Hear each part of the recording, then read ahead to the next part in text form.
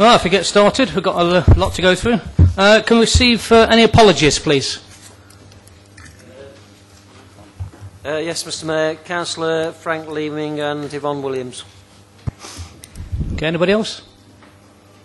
No? Receive any declarations of interest? No? Item 3, to approve the minutes of the meeting of the Council held on the 18th of November 2009. All those in favour? Agreed. Yeah, agreed.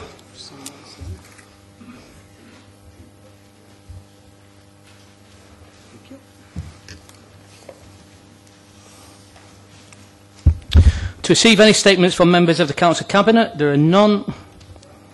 Oh, sorry, I'm jumping ahead here, miles away. Receive any announcements from the Mayor. There's a couple of items. One is, can I just mention the disastrous earthquake in Haiti, which has caused widespread destruction of the country with devastating and disastrous loss of life. I'm sure members of the Council would like to join me in extending our condolences to the country and to the families who have lost loved ones. And I urge Council and the public to participate in any way they can with the relief effort, details of which can be found on the web. And the other item is, I propose to move motion 11-3 forward to just after the public question time. Is everybody in favour of that? Yep. Okay, agreed on it. Okay, and to receive any questions from the public to members of the Council Cabinet and the answers to the questions. And the first person is Brenda Longworth.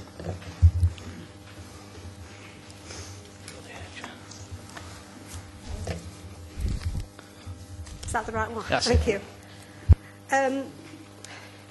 Sorry, do I address it to you or Mr Mayor? Yeah, to me, yeah. Mr Mayor, on the 9th of September, Councillor Alan Graves raised the question of married couples on the Bolton Neighbourhood Board, having only half a vote each. The leader of the Council's response in the public view was to state that both couples applied to come on the board as individuals. She went on to say, I have been assured that this was explained to both couples.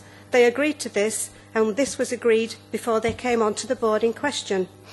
For the record, our first awareness, and I speak on behalf of all four of us, our first awareness of this disgraceful state of affairs was when we were asked to vote. I can assure you that we joined the board as individuals, and even when we attended training on the 26th of July 08, yes, we were not informed of this new rule. I personally applied as an individual to come on the board in 2007, together with Graham and Rosemary Prosser of Crayford Road. We even attended the first meeting in August 2007, only to be told that we needed to complete an application form. Subsequently, Mr and Mrs Prosser declined, and my application was rejected. In 2008, Councillor Leeming approached me in my capacity of Neighbourhood Watch Coordinator and asked me if I was still interested in joining the board. At no point were we told of the couples rule, because had I known, I too would have declined, as I believe in normal English democracy of one person, one vote. Therefore, my question is twofold. Can you inform me who advised you that we accepted half a vote, and when, as we were not aware of this rule prior to completing and sending in our application, nor were we so advised once we'd been accepted? And did all three Bolton councillors agree to this disgraceful state of affairs? Thank you for that. Councillor Jones. Thank you, Mr Mayor. Good evening, Mrs Longworth. Good evening. Thank you for your question. As I stated in my reply to Councillor Graves' question at the September Council meeting, I had liaised with the neighbourhood manager who deals with the neighbourhood matters and with the Bolton Neighbourhood Board, so the information came from the neighbourhood team. I have no idea whether all three Bolton councillors agreed with the board's decision on voting arrangements. I can only ask that you ask them. On a general point, the rules and procedures governing neighbourhood boards and forums are set out in the Neighbourhood Board and Forum Good Practice Guide. This guide was approved by the full council on the 12th of September 2007. The guide states that decisions of the neighbourhood board shall be reached by agreement between the members present whenever possible. The guide does not contain any rules about voting. It is for each board, therefore, to decide its own procedures on voting. I understand that the Bolton board chose to have a particular arrangement with regard to voting by married couples, for the reasons set out in my previous reply to Councillor Graves. As leader, I do not, and indeed should not, have the power to intervene in the internal affairs of the individual neighbourhood boards. It really is a matter for that board. Thank you. Would you like a supplementary to that? Sorry? Would you like a supplementary question to... Yes. Does that answer you? No, it does not answer. I would simply like a direct answer to a direct question. It was asked at the meeting of the board on the 24th of November. Councillor Leeming was absent. Councillors Banwaite and Jackson declined to answer. Does it mean that we can't have direct answers to direct questions? Did all three councillors sign up to this? I would also like proof in writing of who, when and where told us that we'd signed, we knew about the couples rule prior to joining, because this is tantamount to calling 4 adults liars. Councillor Jones, do you want to respond to that? I think I can only reiterate that this really is a matter for the neighbourhood manager and the neighbourhood board, of which I'm not a part, and I really cannot comment further. That's it, I'm afraid. Thank you. In that case, can I publicly announce my resignation from the board, and that Mr Foote will be having an affidavit? Sorry, you've already had your question. Can you just turn your mic off on the way? Sorry, thank you. Cheers. Next question is from Tony Dunn to Councillor Nater. Good evening, Mr Mayor, Councillor Nater. Councillor Nater, when it was purchased, the then Derby City Council informed Derbyshire County Council that it regarded the house and its open space at Ulverston Castle as a valuable amenity for everybody in the county and the city, and for public access to the park and gardens to be preserved. It has now become very apparent that the County Council intends to dispose of the entire Ulverston estate, which in turn will mean that the general public will be totally excluded from the house and access to parts of the estate will become severely restricted. Therefore, Councillor, what actions does Derby City Council now intend to take to ensure this cannot happen, especially as 4.9 hectares of the local nature reserve on the estate falls within the city boundary? Councillor Nater. Thank you, Mr Mayor. Thank you, Mr Dunn, and good evening. It is correct to say that a small part, less than 4% of the total area of Ulverston Castle Country Park, does fall into the administrative boundary of City Council, and that the part within the city is also part of the local nature reserve within Ulverston Castle grounds. The house and grounds are owned by County Council, and the nature reserve was designated by County Council. While we understand the County Council, as landowners, have been seeking to sell the site, no planning application for its change of use works or listed buildings consent has yet been submitted to South Derbyshire District Council. As a relevant local planning authority, nor to ourselves for the area within the city, should at any time a planning application be submitted, given details of County Council or potential new intentions, the City Council, as an adjoining planning authority, would be formally consulted, and we would then express an informed view of any proposals. Further, we would also have determined the application for any part of the site within Derby. These applications would have to be considered on their merits, and their outcomes cannot be predetermined. Supplementary to that, Mr Dunn? I do, Mr Mayor. So, to clarify what you're saying, then, I'm actually asking where you stand. I mean, you own part of the land, or you've got part of the land on your boundary. Are you still sticking by the process that you're going to defend that right for the public, please? Councillor Nater.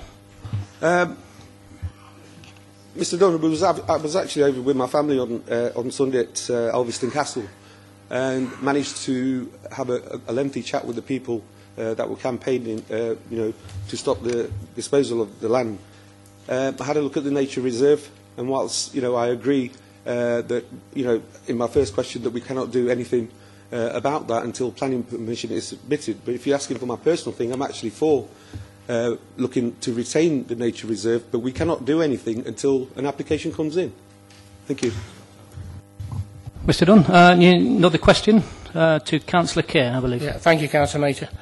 Councillor Kerr, as we finally move towards the opening of Derby's long-awaited new bus station, could you assure me that as we now have 24-hour bus services like the Flightlink, etc., serving our city, that will not only will the new bus station itself remain open 24 hours a day for the convenience of people passing through to the airport, etc., but also that the accompanying ancillary services, including toilets and the provision of hot drinks, will be available for 24 hours of the day, please? Councillor Kerr. Good evening, Mr Dunn. It's currently planned for the bus station to have long opening hours from 5:30 in the morning till midnight on Monday to Saturday and 9 in the morning till midnight on Sundays.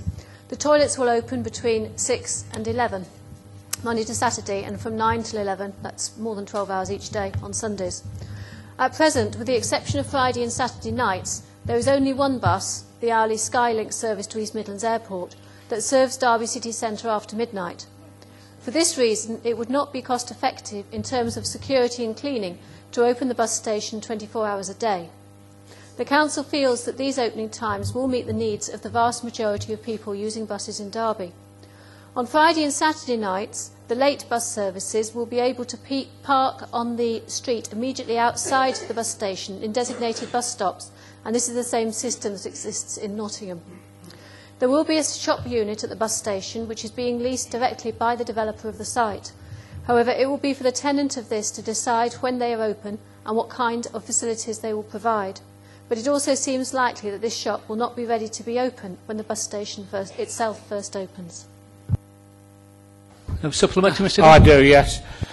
So to clarify the situation, Councillor Kerr, what we're saying is we've got a new bus station we've built. We're not catering for the public. We've already admitted in the local transport plan it's too small. So, you know, what are we going to do? Well, the public who would be expected to be at the bus station will be there at the times when there are buses arriving and departing. And in those periods, apart from the hourly nighttime service to the airport and the late Friday and Saturday nights when there aren't very many services, the bus station will be fully open and available for those people to use. So we are catering for the vast majority of users for the vast majority of the time. The funding of the bus station is dependent on buses leaving because they're going to be paying a departure charge. If we were to have it open for 24 hours a day, that departure charge would have to be considerably higher, which would be a disbenefit to the bus users who would be ultimately paying for that service. And you have to ask whether bus users using the bus during the day are actually wanting to keep a facility open 24 hours a day when hardly anybody will be using it for the majority of the hours in which we are proposing to be closed. Thank you, Mr Mayor. Thank you, Councillor Kerr.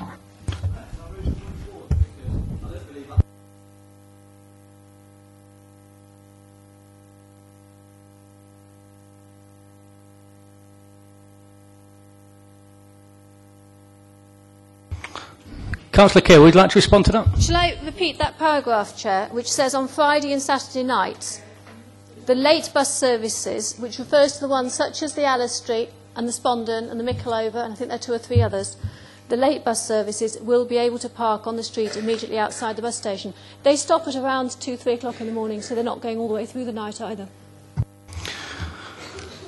OK, I'm sure that one's going to go on a bit. Next question, Steve Hassel to Councillor Nater. Mr Hassel. Thank you, Mr Mayor. Can the Cabinet Member offer an update for the residents of Chaddeston regarding the progress of the proposed new library? Councillor Nater. Thank you, Mr Mayor. Thank you, Mr Hassel. We looked into all the sites identified by residents during the survey in September 2009, as well as those suggested at the neighbourhood forums, meetings in November, sites identified by the councils at estate offices. We also had a look again at locations previously considered and rejected. Each site has been considered for its ability to deliver a modern, well-used public library service. None of these sites have been judged fully as acceptable. At present, we are looking for a site as close as possible to the Chaddiston District Centre. We have been advised by Council's Property Services officers that the current library building can be expected to last until 2015. It can take up to 30 months to plan and build a new library. We therefore have some time left before a final decision has to be taken.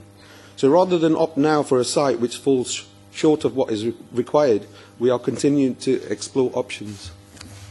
Do you have a supplementary to that, Mr. Attle? Please, Mr. Mayor. As I live in Chaddiston, I support the frustration of the residents in Chaddiston over the way this project has been put on hold, delayed and generally hindered by the Lib Dem administration. Would you agree that the £15,000 you spent on a flawed and unnecessary consultation would have been better spent on books and equipment for the library? Mr. Nater, Councillor Nater. I think the consultation money, I think it was well spent, because what it provided was a separate sort of a view into what people of Chaddiston wanted, and quite clearly what came out of that survey was people undecided what they wanted to do. What we have done at the moment now is to put a 6-month time limit on it to make sure that this, the library is situated somewhere. And as I've said, that we have time, we have a little bit of time, but 6 months is the deadline that we've given, and we will have to opt for a site. Thank you. Thank you, Mr. Attle. The next question was for Richard Butler. I don't think he's actually come tonight, has he? So, with everybody's permission, I'd say, can we send him the written answer to the questions? Is that agreed? Next question is from Simon Bacon to Councillor Allen. Mr. Bacon.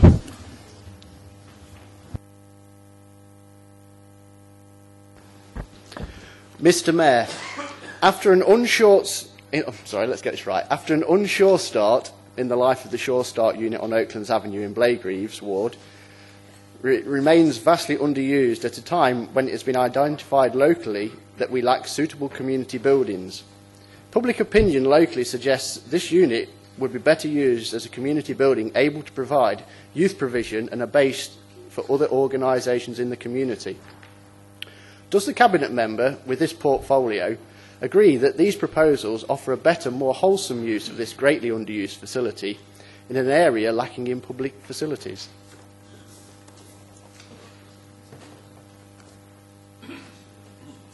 Councillor Allen.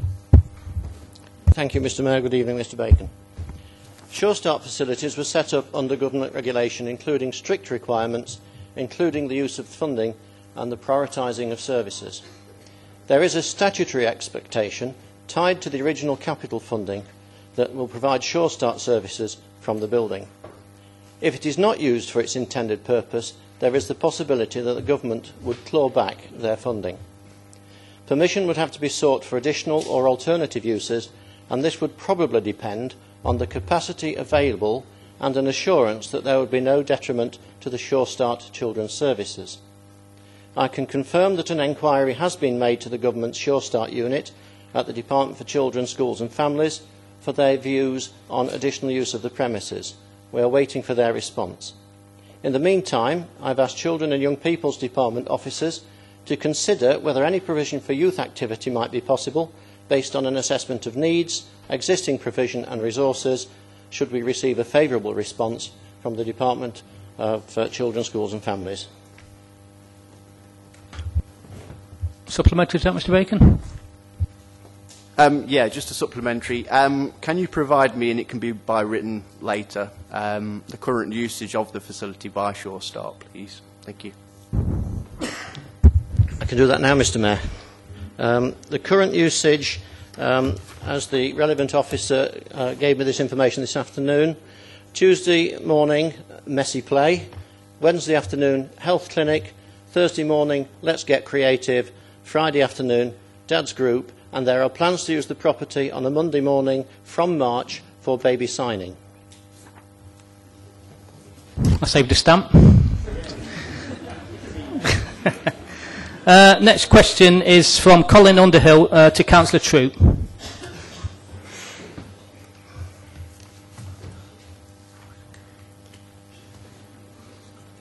Evening, Mr. Mayor. My questions for this evening. Derby has an air quality management area. Derby has air quality management areas, AQMAs, and many of us have lived in and are still living in them, but have no idea as to what is being done to rectify the various situations until, that is, connecting Derby, an incinerator is planned for Sinfin, an incinerator is planned for Spondon, plus a power station. Suddenly, ACMAs are mentioned. When will someone tell us, the citizens of Derby, how ACMAs will be addressed and improvements to the citizens' life expectancy initiated, as the One Place assessment states, to improve the health and achieve equality of outcome for the population of Derby? Councillor Troop. Thank you, Mr. Mayor, and thank you for the question, Mr. Underhill. Derby City Council has a number of air quality management areas around the city. Generally, these are related to elevated levels of nitrogen dioxide, caused primarily by emissions from road traffic. As one would therefore expect, the areas of concern are the outer and inner ring roads, Osmondson Road and a section of the A52 in Spondon. The Council has adopted a nitrogen dioxide action plan in order to control emissions within the city. As the emissions relate primarily to road traffic, this plan has also now been incorporated into the Council's local transport plan, which includes measures to reduce vehicle emissions, reduce the traffic impact of new developments, reduce traffic congestion and manage the road network, encourage a shift away from private car use, promote cleaner vehicle technologies, and reduce emissions from non-traffic related sources, including domestic, industrial and commercial buildings. It is estimated that these measures, together with improvements in vehicle engine design and fuel efficiency, will mean that pollution levels across Derby will improve in future years. This and further information about Derby City Council's air quality strategy can be found on the Derby City Council website, on the page Environment, sub-page Pollution, sub-page Air Pollution. Thank you, Mr. Mayor. Do you have a supplement to that, Mr. Underhill? Councillor Troop, could I just ask that there is information forthcoming rather than just be on a website that could be available, say, through the local paper? Can we do that, Councillor Troop? Well, that information is on the website and can be taken off by the local paper at any time it wishes to. Would you like it in writing to yourself, or would you like it in writing to yourself as well? Or yeah, can we do that, Councillor Troop? We could send information out to people. Not everybody's got access to the internet, so. To Mr. Underhill? Yes, to Mr. Underhill, you would like to receive that, okay? Okay. Mr. Underhill, I think you've got the next question as well, to Councillor Kerr. Thank you, Mr. Mayor. Councillor Kerr, connecting Derby. Is there any intention to bring back normality to the area we call the Magic Roundabout at its junction with Burton Road, Normanton Road, Green Lane, Babington Lane and the new road? The work was started in August 2009. The signage states work ongoing until February 2010. There's been very little consideration for the pedestrian making their way into town and out of town, especially with the extreme ice conditions underfoot and no lighting in place. Councillor Kerr. Thank you, Mr. Mayor, and good evening, Mr. Underhill. The works at the junction have taken longer than hoped, as the road at the top of Green Lane had not got solid foundations, so significant additional construction work was needed. Road closures are discouraged until after the Christmas-New Year period, so the work here has had to wait. Additional construction work is also needed for Burton Road. Electricity cables and telecom cables have been found in areas where they weren't shown on plans, so the utility companies are having to do additional work which wasn't anticipated as well. The bad weather hasn't helped. However, work in the area will be completed as soon as possible, and traffic should be routed around the roundabout by March to allow the remaining section of the roundabout nearer to the pharmacy to be reconstructed. Although the pedestrian routes have not been as direct as walkers would have hoped, pedestrians have been able to pass through the works safely with areas clearly defined and fenced off, and 2 temporary pelican crossings provided for Burton Road and Normanton Road. Until the new street lighting is completed, the existing lighting columns are still in use and do light the area. Regarding the surface in icy weather, you're probably aware that there was a national shortage of salt and it was not possible to salt or grit every footway within the city. Supplementary, Mr. Underhill. Yes, please. Councillor Kerr, the area that's of concern is a nightmare for walking round. Can I please ask that you give the area a look round, and rather than just be ASAP, can we have a date when that area will be safe to walk around, please? Councillor Kerr. Well, I have mentioned that there should be significant changes by March, but if there are particular points within the area that you feel are hazardous, then please can you let us know specifically, because the design has been done and the temporary design has been arranged to provide routes, and they have been fenced so that as far as possible pedestrians have a clear indication as to where they should be going, so that they are kept separate from other traffic, so that safety can be maintained. But I say, if there are specific points which you feel aren't working and aren't right, please let us know. Thank you for your question. Okay, that concludes the public question time. We're going to move straight on to item 3 on the 11-3. And it's Councillor Carr to move. Thank you, Mr. Mayor. Good evening, councillors. First, I have to say that there is actually an omission in the motion, in that it could be misleading in not stating the actual mileage rate that would be paid should the motion be passed. I therefore need to make an amendment. Mr. Dunning has already got copies of that.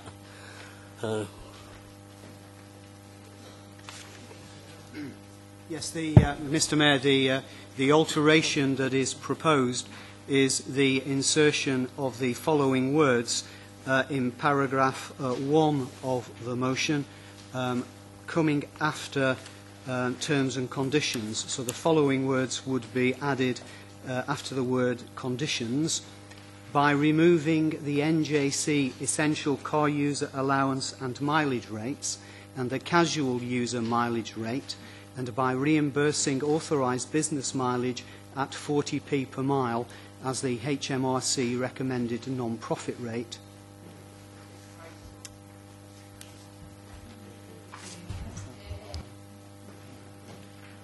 Is that agreed by full council on the amendment going into that? Can we have a show of hands on that? Those against? Okay, that's carried.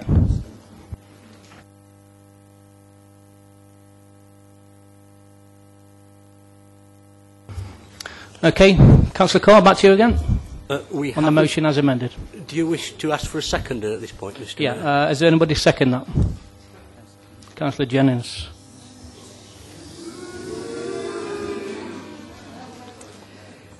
Thank you. Please continue. Sorry, can we have some quiet, please? Thank you. Councillor Carr. Mr. Mayor. This motion is important for this council and does a number of things. Firstly, it resolves an anomaly dating back to the 1940s. The essential user allowance was...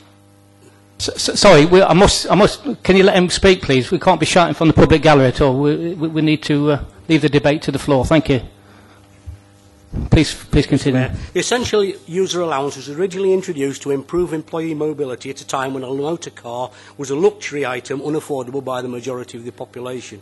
I don't believe that it is appropriate at the start of the 21st century. It will enable the Council to introduce, where appropriate, a number of new working practices which will contribute to a more efficient Council and our carbon reduction targets, and it will align our business with best practice as current in most businesses in the UK. Similar arrangements have already been introduced in many local authorities around the country, including Derbyshire and Sheffield. Although, unlike us, Derbyshire are not currently offering any compensation. Councillors, many of you will have received emails, some of which seem to imply a lack of understanding of one very important point. To elucidate, it has been alleged that that this proposal will impact on service delivery. This seems to be based on a mistaken impression that pool cars will be imposed on individuals. This is not the case. Pool cars will be available as a priority to high mileage users, but no employee will have a pool car imposed on them. There is also... Sorry, can we have some order in the gallery? Thank you. Please continue, Councillor. Let him finish, please. There is also one group of employees who currently receive a much lower mileage rate. These employees will get a substantial benefit from this proposal, and they are amongst some of our lowest paid staff. I have, and no doubt you have, received emails stating that losing this allowance will impact on recruitment and retention. The view I take on this is that if our basic salaries are underpaying staff for the very fine job they do, then we should be looking to raise salaries to a level that adequately remunerates them, not masking poor wages with what is essentially an add-on. As the motion states, a national review is underway, and my sincere hope and expectation it will result in improved conditions for these people. I also add my hope that this review can be concluded expeditiously. The argument has also been advanced that the HMRC non-profit, emphasis non-profit rate, does not cover the costs of undertaking the journey. This is not borne out by the facts. Recompensing staff for journeys undertaken on the business's behalf at HMRC non-profit recommended rate is standard practice across most UK companies.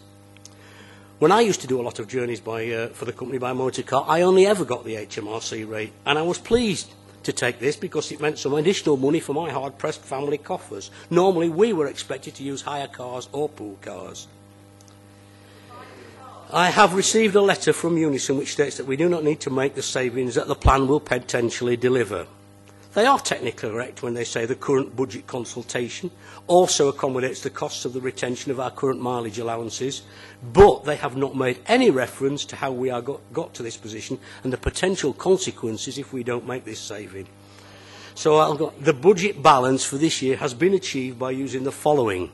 We have used 5 million of our budget risk reserve to get to this position. These reserves are now very, very low at less than 1 million and need to be topped up. Again, as soon as possible. The saving from the travel plan would be a way of achieving this. We still have to find almost another 2 million to balance the budgets in 11, 12 and 12, 13. The 800k travel plan saving would reduce this gap to nearer 1 million. Because of the economic pressures on the government due to recession, there is an increasing risk that government grant could be cut from 2011-12. A 1% cut will give us a further pressure of over £1 million. The saving from the travel plan would almost cover off this risk. When we are still in the deepest recession that any of us can remember, we need to be prudent. This allowance is a luxury we cannot afford.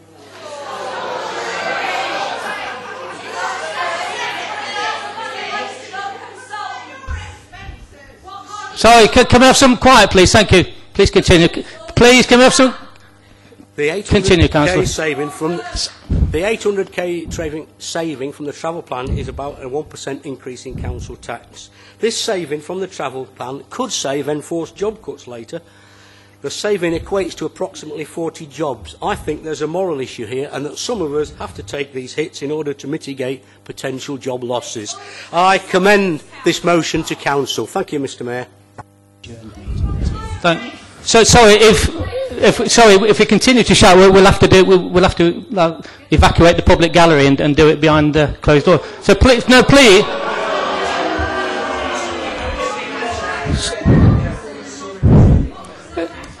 It is that. Would anyone else like to speak? Councillor Rawson. Thank you. Sorry, Councillor Carr. We proposed, seconded it. Do you wish to speak now, or reserve my right to speak? Okay, Councillor Rawson. Councillor Repton. This one, so I will get listed. Councillor Rawson. Thank you, Mr. Mayor. I speak as chair of the Personnel Committee and also chair of the Disputes Resolution Committee that heard this particular case. And first of all, I have to say, Mr. Mayor, that I'm appalled and very disappointed that this motion is even being put forward before us this evening. There are two aspects as to why I'm extremely unhappy with what's before us.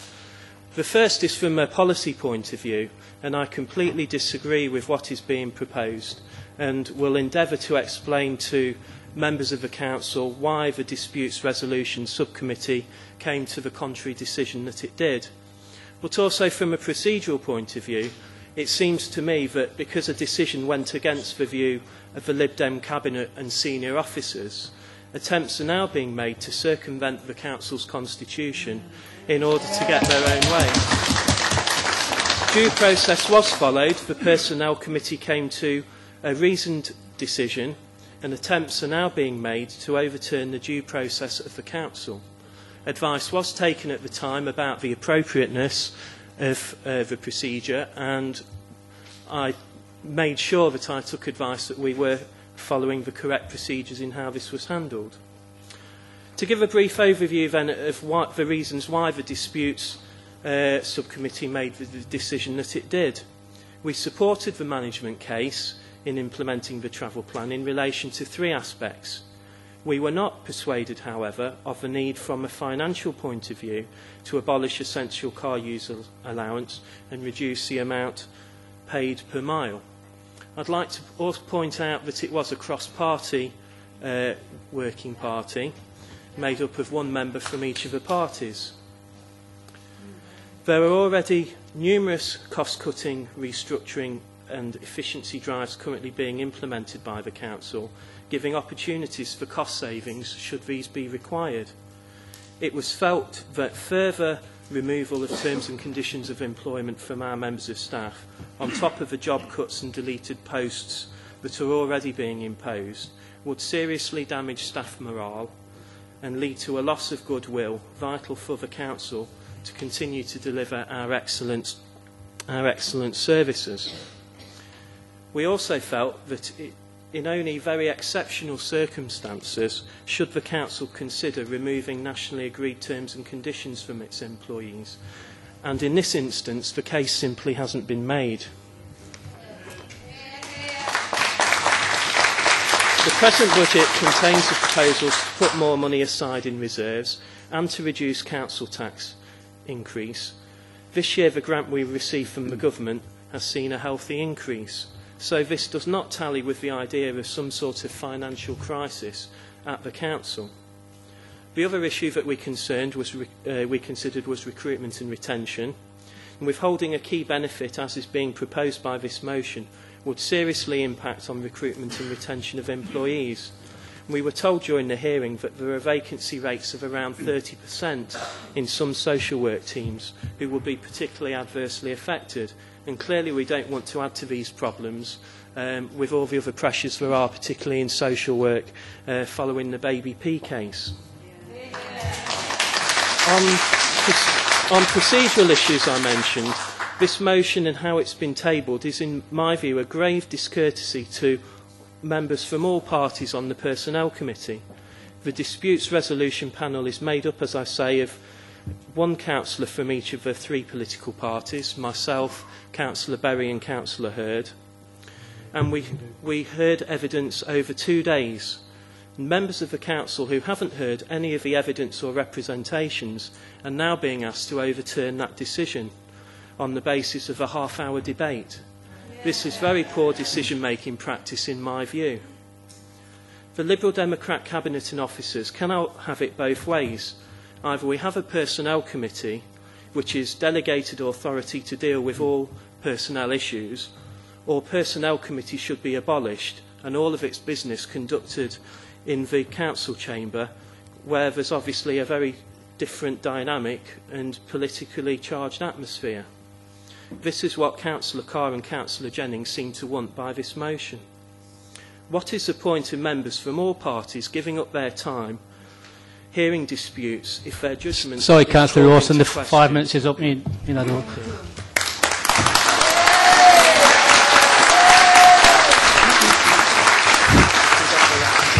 Councillor Repton. Mr Mayor, I believe these proposals are but the tip of the iceberg, as local government employees will face many attacks on their pay and conditions if this motion is passed. We have had democratically elected members' views overridden, trade union representatives bypassed, and we are now in grave danger of individual workers having their conditions of employment ripped up. Having a car to carry out council business is essential. Therefore, it goes without saying that an essential car user's allowance and or the proper payment per mile is actually paid. This is but a grotesque glimpse into the future of our Conservative or Liberal administration values its workers, or should I say fails to value its workers. The reputation of this council, will be, if this motion is passed, will be badly tarnished. Councillor Carr referred to the payment to carry out council duties in this city as a luxury. I regard this as not only disgraceful but an insult. I think this is a glimpse in terms of what the controlling Liberal group, backed by the Conservatives, have in store, for, not only for workers in this city, but the effects that it will have on services throughout the city. As already been mentioned, there is a serious problem in terms of recruitment and retention. We've had problems in social work elsewhere in the country with the Baby P case. Now we have the problems in Edlington near Doncaster. And there's major problems already in terms of recruitment and retention.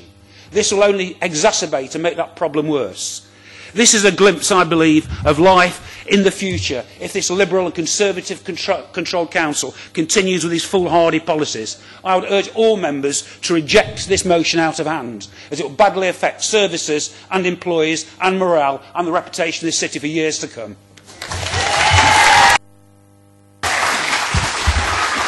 Councillor Turner. Councillor Turner, did you put your hand up?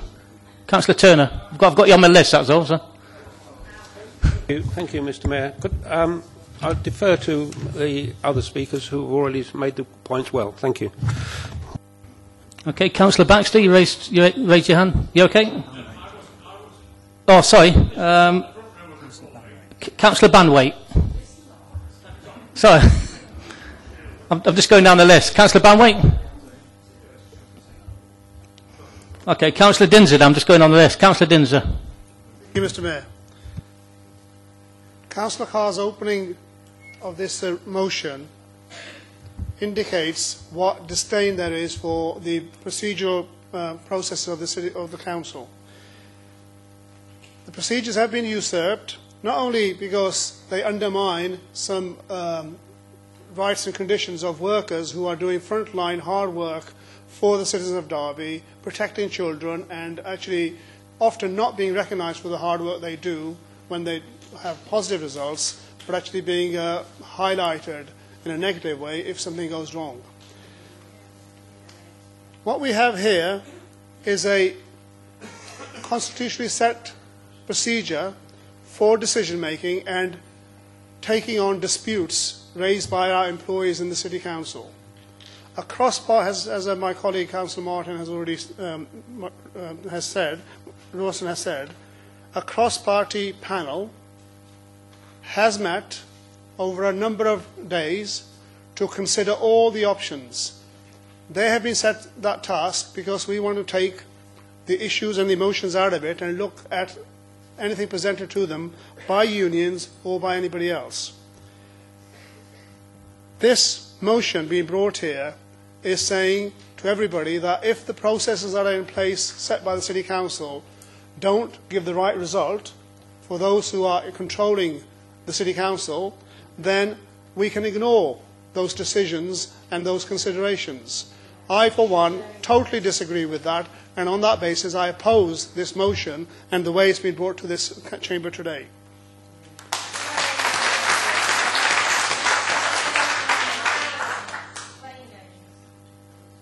Councillor Rawson, Councillor Hurd, Councillor Berry, what respect and acknowledgement for the time they spent in deliberating on this issue, what respect and what undermining of authority has this shown? Question also is, I understand the Personnel Subcommittee would have heard these deliberations of the Disputes Committee, and they have made recommendations which I understand are on the 7th of December. My question for information is, who was on that Personnel Committee, and did they pass the resolutions that are here in front of me on 5109 in our paperwork, which supports the dispute resolution decision of the cross-party members? I would like for somebody to give the names of the individuals who were on that personal subcommittee, and I'd like to know how they're going to vote today. Have they changed their mind from what they resolved on the 7th of December, and are they going to vote differently? Because I, for one, from the Labour group, will be requesting a recorded vote on this resolution at the end of the motion.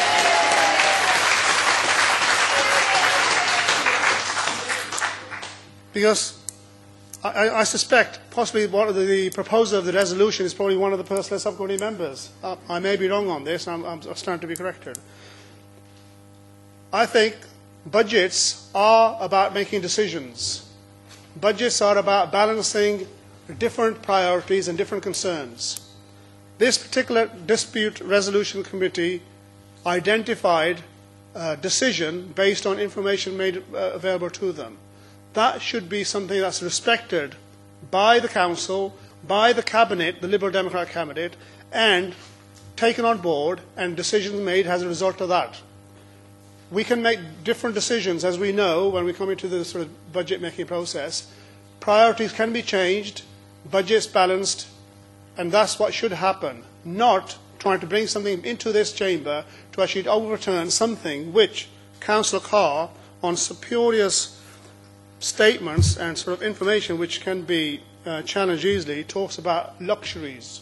Luxuries of workers, luxuries of the past. These are real people doing real jobs and trying to support the good standing and protection of people in this city. This is no way to treat them, and I think this resolution should not be supported by anybody in this chamber, including the people who proposed this resolution. So I totally am against this. I urge everybody who's in this chamber to oppose this motion, and let's get back to some reality and constitutional support of what we have set up in our chamber today. Thank you. Councillor Higginbottom, you on the list. Thank you very much, Mr. Mayor. To both groups, how dare you treat frontline employees with such little regard? Councillor Carr, you stated that there will be no effect upon frontline services. Of course there will be. You've breached the trust aspects of any psychological contract. Isn't it shocking that employees can't trust their employer when that employer is a local authority? Councillor Williamson. Thank you, Mr. Mayor. And I think it's rather significant, isn't it, that we haven't heard a single speaker other than Councillor Carr having the courage of their convictions and standing up trying to justify this truly dreadful motion here this evening. We haven't even heard from the seconder of the motion. I wonder whether Councillor Harvey Jennings is actually going to get up and speak tonight. What I find particularly astonishing, I have to say, Mr. Mayor, is the fact that Councillor Carr, Councillor Jones and Councillor Berry were actually party to the decision to overturn the proposal to withdraw essential car user allowance from our staff. And yet here we are tonight with the spectre of the Tory group and the Liberal Democrat group putting forward a proposal. It'll be interesting to see how Councillors Berry, Carr and Jones actually vote on this issue when they were party to a decision which is directly opposite to the motion which is before us this evening. And what I think is also wrong, Mr. Mayor, is the way in which Councillor Carr and Councillor Jennings are seeking to drive a coach and horses through the Council's procedures.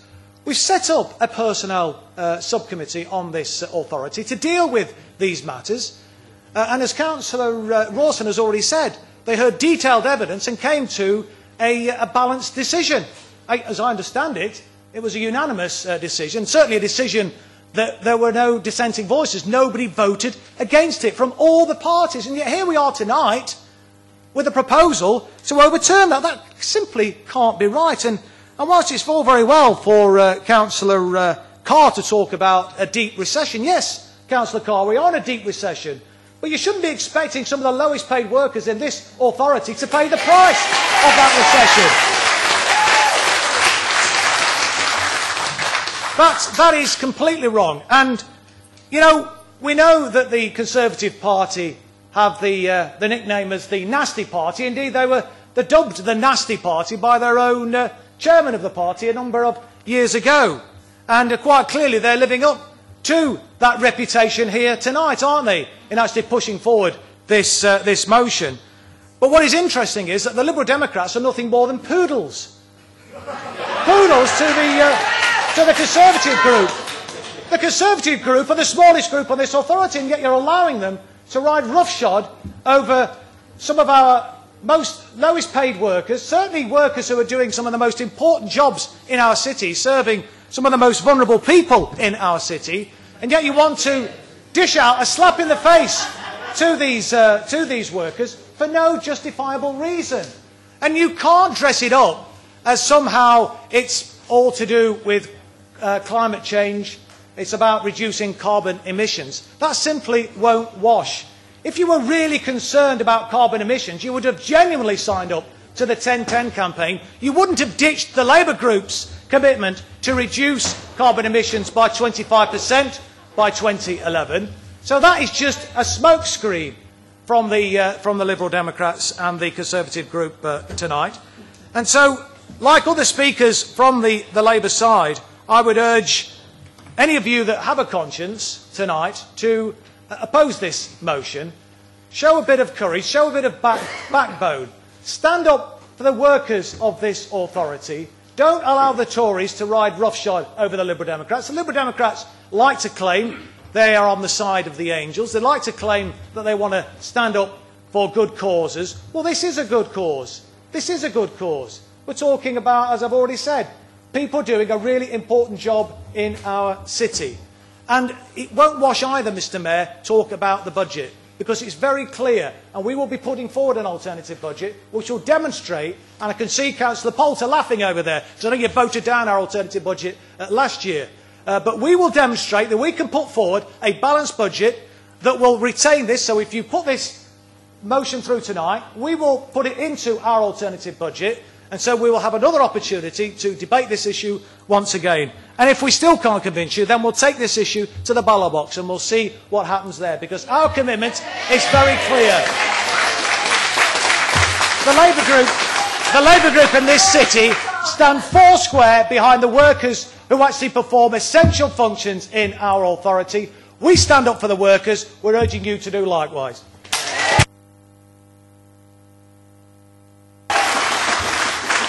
Councillor Jennings.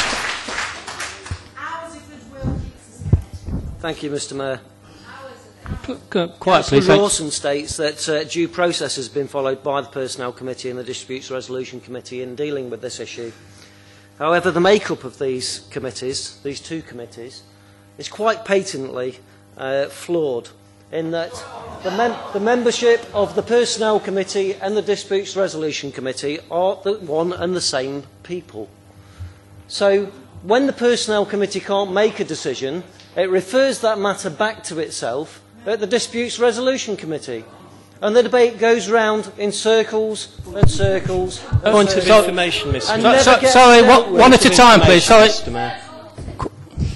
We're therefore in Mr. Mayor, point we're of in an information, unfortunate please. situation. There's no such thing as point of information. So, Point of order. Misleading the council. Thank you. 64B. 64B, thank you. Right. Can I ask Mr Foote to confirm the composition of the Disputes Resolution Subcommittee and the Personnel Committee, and that will clear up the issue of the membership of the two different bodies? I don't think, Mr Foote, that you actually need to do that. The Disputes Resolution Committee is made up from members from the Personnel Committee. Sorry, can I let Mr Foote explain? Mr Mayor, the three members of the Disputes Resolution Committee are three members of the Personnel Committee, but they don't represent the whole of the Personnel Committee. Continue, Councillor Jennings. Thank you for clarifying that, Mr Foote. So it brings me back to my point that the Disputes Resolution Committee is made up of members of the Personnel Committee. So that was a quite accurate statement.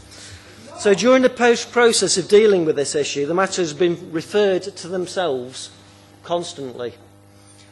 Having been unable to make a decision then, referring back to themselves for further debate under a different guise, under a different committee name, is clearly undemocratic and has put these members of these committees in to me in an untenable situation.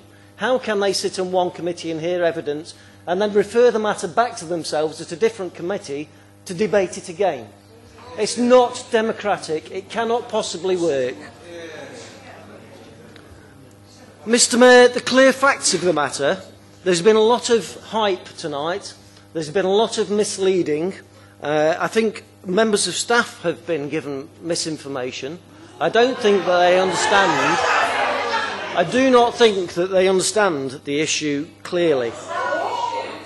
The clear facts... We have some order, please. Thank you.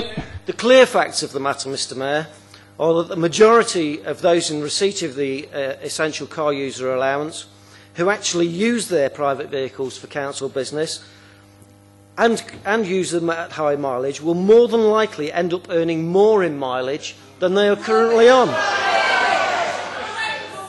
There will, however... Quiet, please. Go on, continue. There will, however, Mr. Mayor, be clear losers.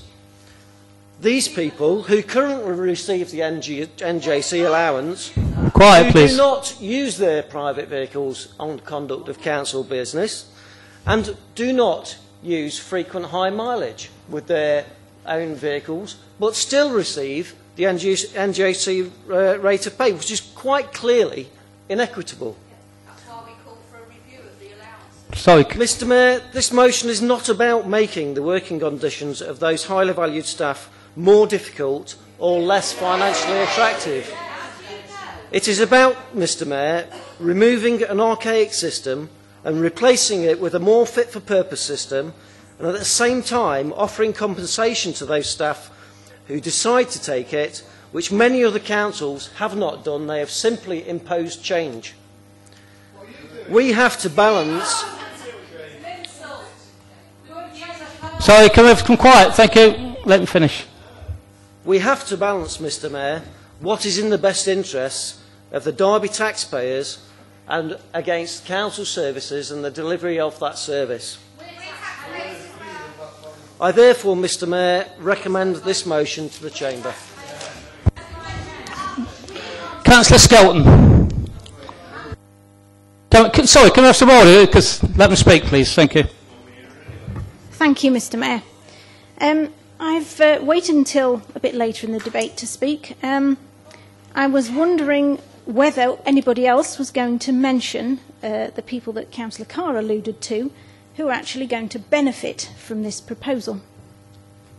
And I'm surprised that no one in the past weeks has actually mentioned it either in their various emails. There's one particular group of people, and that's home care assistants, who are going to greatly benefit from this proposal. At the moment, guess how much they receive per mile?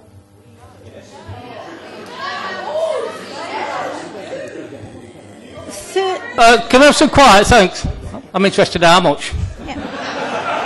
Well, Mr. Mayor, I bet you won't. I bet you can't guess. Can I have some order? Thank you. Go ahead. So sorry. Go on. Continue. 13, not 30, 13 pence per mile. So why should they have to put up with that? This motion will make sure that they get the proper rate that everybody else will get. Sorry, can we finish, please? Thank you. Thank you, Mr. Mayor. I'm quite surprised, really, that Labour councillors are not mentioning this at all, that this actually benefits low-paid workers. We've heard a number of them say, yes, we support low-paid workers, we want to see low-paid workers do better out of this. Well, this group of low-paid workers will do better out of this. It's also worth pointing out that this proposal will also affect councillors' mileage allowances as well. And And that I very much welcome. So councillors' mileage payments will also go down. So councillors here, hopefully, will be voting to lower their own mileage allowances as well. Well,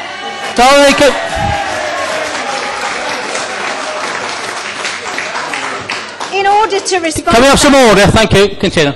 The rules governing the councillors' scheme are actually linked to the employees' scheme. So when the employees' scheme changes, the councillors' scheme changes too.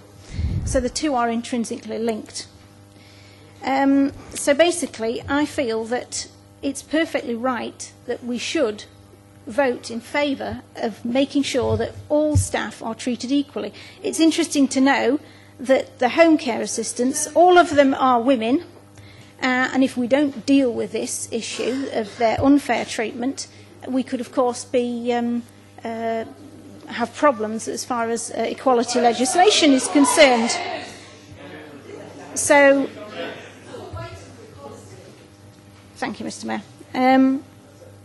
So I really do think that it's quite fair that we bring everybody onto the same rate. So that concludes my remarks, Mr. Mayor. Okay, next, Councillor Hussain. I thought for a minute you're going to overlook me completely.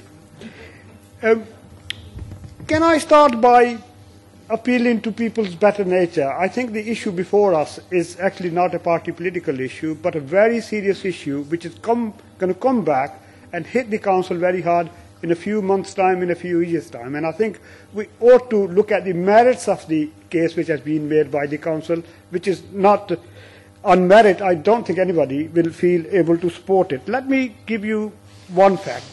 Predominantly, this motion is going to actually affect people in social care sector, and mainly the community care workers and social workers.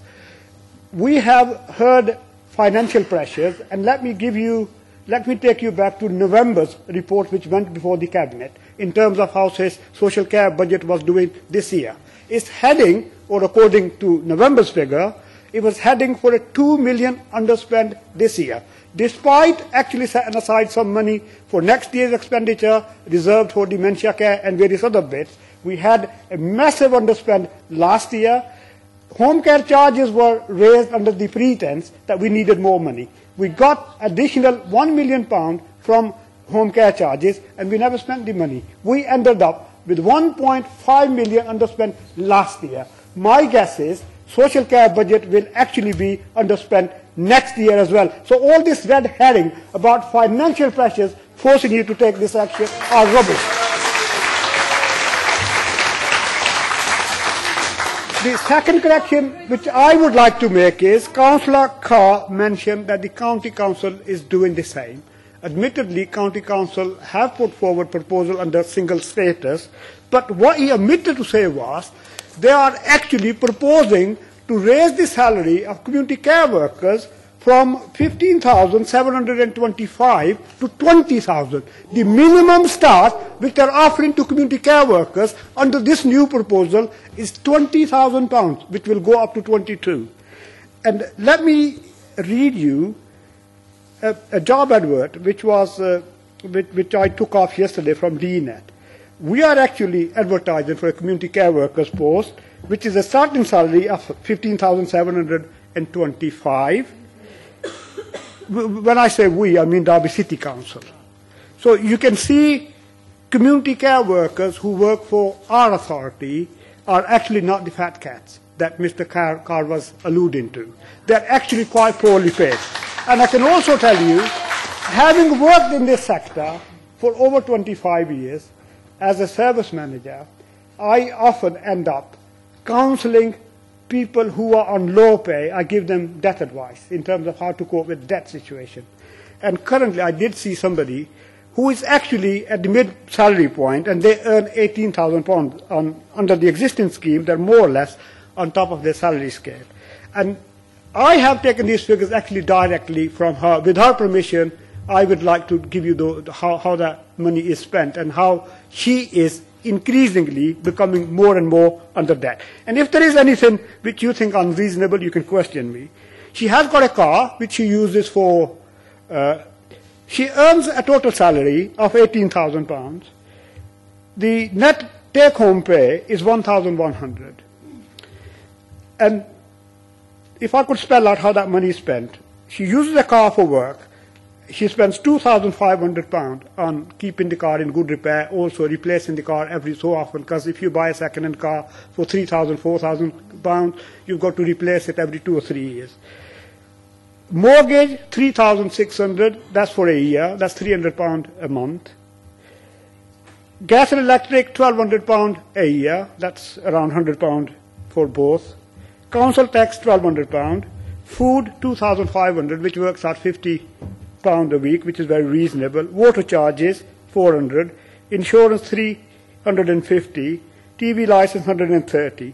It adds up to £11,808. She is left with a deficit of £880 a year, every year.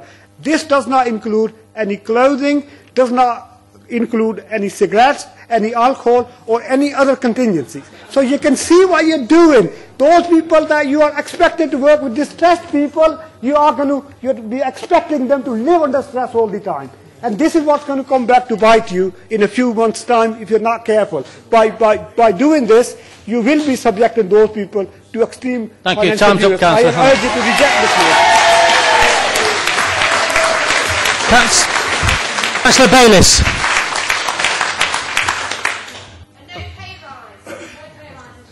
Thank you, Mr. Mayor.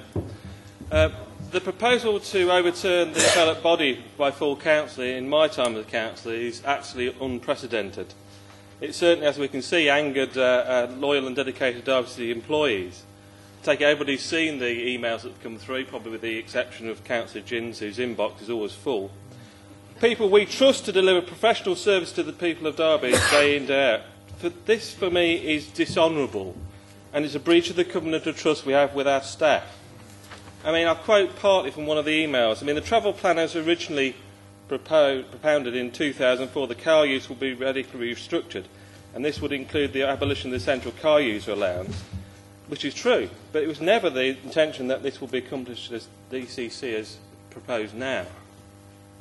This is not decats, as it was. It's a decapitation process. You threaten to sack staff in a very, very macho management style. This is completely alien to the way we've done work and business in this chamber before. This is more reminiscent of the poorly managed industry of the 70s and 80s, which I can barely remember. But I did study some sort of management as part of my degree, and we'd learned lessons of strife and management. But apparently today we're into emotional intelligence. I don't think anything emotional about this is the blackmail that the staff are being threatened with. If this is the new way of doing business in this chamber, then sadly, so be it. The Lib Dems are, along with the Tories, are finally seen to me flying their true colours. We'll soon see when we get to the recorded vote. It seems to me that this issue is about the sword of Wilkinson striking down anything in its way by any means. That's a real shame, in my opinion. As a matter of principle, I'll be voting against this. But it's a battle here that we need not fought in this way with these tactics. We have a fantastic Derby workforce being led by unimaginative donkeys. Very senior officers and Lib Dem councillors, supported by Councillor Jones, seem to see this £800,000 as some sort of holy grail, to be captured at any cost by direct frontal assault. Crude, divisive and faulty tactics, Mr Mayor. £800,000 in terms of the £200 million budget is really a very small percentage of it. I accept entirely it's a budget pressure. Nonetheless, I would have suggested, or if I'd been asked or was in a position to be asked, that we do change the contracts employers. We do look at these as part of the job evaluation and transformation process. And when we issue new contracts of employment and a proper provision in the council for council vehicles, we could resolve this issue without this battle.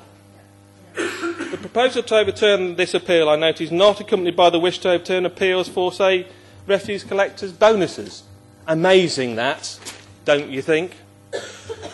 What it says to me is that Councillors Rawson, Berry and Hurd, your 1.5 days spent considering this issue was a complete waste of time. It's a bit of a farce. It's like being asked to serve on an interview panel with only one candidate. My advice to the future is I wouldn't bother. Don't be so gullible. Do something else. This, of course, could be the ultimate double bluff. I mean, the chief exec could be saving his 5-year salary in one hit. It's nearly 800,000. That's 5 times 160. It's about 800, isn't it? I think so, yeah. Now, that's part of the change agenda. But I am genuinely worried about the damage this action will have, not only to our lower paid staff in terms of morale and take-home pay, but on the delivery of services many of our senior and vulnerable citizens rely on this council to deliver. Can the leader of the council give tonight to this council an absolute and personal guarantee that when she and her group votes this through, that no citizen will suffer or worse, tragedy unfold because of this decision? Can you, Councillor Jones? Will you, Councillor Jones? Or will you, yet again, be hiding behind other councillors and senior officers of the council? I think the thing is that I've never trusted the Tories' assertions, and I always judge them by their actions. I'm sure their staff understand that now. For the Lib Dems, there is no doubt that their actions tonight will lie louder than the words of all the Focus magazines they've ever carpet-bombed the residents of Derby with. To those thousands of members of City Council staff and their families, the message is clear. If you want to protect yourself, vote Labour. If you want decent working conditions and decent terms and conditions, vote Labour.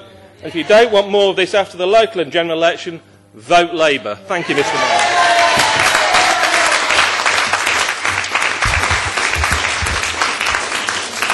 Councillor Shanker. I've got 4 more speakers, and then we're going to get Councillor Carr to sum it up. So, Councillor Shanker. Mayor. Let's be honest, in all honesty, this motion should not even have been brought here tonight, let alone being debated for so long. It's obvious certain councillors from the Liberal and Tory groups cannot accept legally binding, democratically made decisions. In the past, decisions have been made at Cabinet, at other committees, and when they've gone in their favour, the Cabinet's favour or the management's favour, they've not come back to full council to be debated. There's no process for that to happen. This shows double standards. Let me add a planning department perspective here. If a planning application was rejected or approved, and certain officials or cabinet members didn't like it, it can't come back to full council to be overturned, and nor should it be. There's a process, a delegated process for that to happen. And whilst I'm on about planning, we encourage our officers to carry out detailed site analysis during the planning process. That may be done at various times of the day in order to get a true reflection of the various issues that affect certain applications. It's again obvious here that pool cars will not work, and this will have a detrimental effect on the planning department's ability to do an effective and efficient job as they currently do. I'll also offer a further explanation as to why this motion has come before us tonight. The desperation shown by the supreme leader of the opposition to get into bed with this Liberal administration is the motive.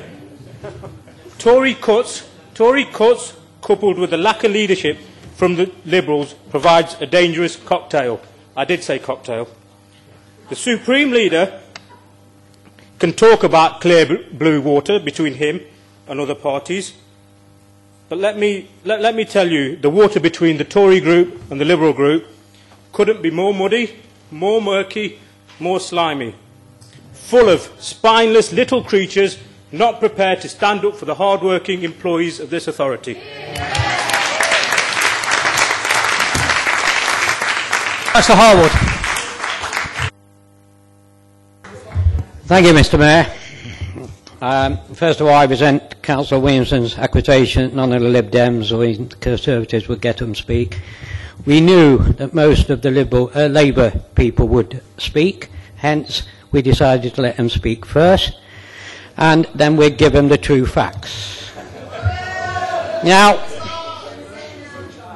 most of the public sector get a fixed mileage rate. In all the companies I've been with, there's been a fixed mileage rate, and therefore the proposition of a fixed mileage rate is fair at 40p, and it's already been assured that people who are on a low mileage rate will benefit considerably. Those that perhaps do 4,000 miles will be up to over £500 better off with this proposal. On top of that, of the essential users, less than 100 do any amount of mileage. I'm sure the Labour Party would like to have heard that comment. In actual fact, the average pay for essential users is £25,776. A lot of people in the public sector will be very, very pleased with that amount, and the problem is that they look upon as the essential users allowance as being part of their wages. And the problem is that So quiet, please. Let him finish. They have used that to buy vehicles. However, the recommendation is that all the people, essential users, get a sum of £1,200 to compensate for this loss. That, for people on 1,000cc vehicles, is literally 2 years lump sum, and that's more than fair. Please continue. I heard the comment that we're not getting a pay rise this year. Maybe not. People in the public sector have had a decrease in their wages and have had to accept it. I accept that Labour admit that we're in the worst recession that we have known. It's amazing some of the things that are coming out now that make me very upset about what's going on in this country. We've got 2 banks willing to loan out money to a foreign company to buy one of our best assets in this country, Cadbury's, and a bank which is owned by us is being allowed to give that company £7 million to buy Cadbury's. And another bank owned by us, Northern Rock. So quiet, please. Quiet, please. Thank you. He's giving £10 million. It's not exciting, but please carry on. £10 million to a football So quiet, club. please. Let him finish. Thank you. I would think that the government have got something to answer for there, and I wish they would. And coming back to the situation, whether they like it or not, they're very fortunate to have the pay they have, and the people in the public sector will certainly be saying, yes, the council have done right if they vote for this proposition. I support it. Councillor Roberts. You're next. Last one. Councillor Roberts. Okay, so quiet, please. Thank you.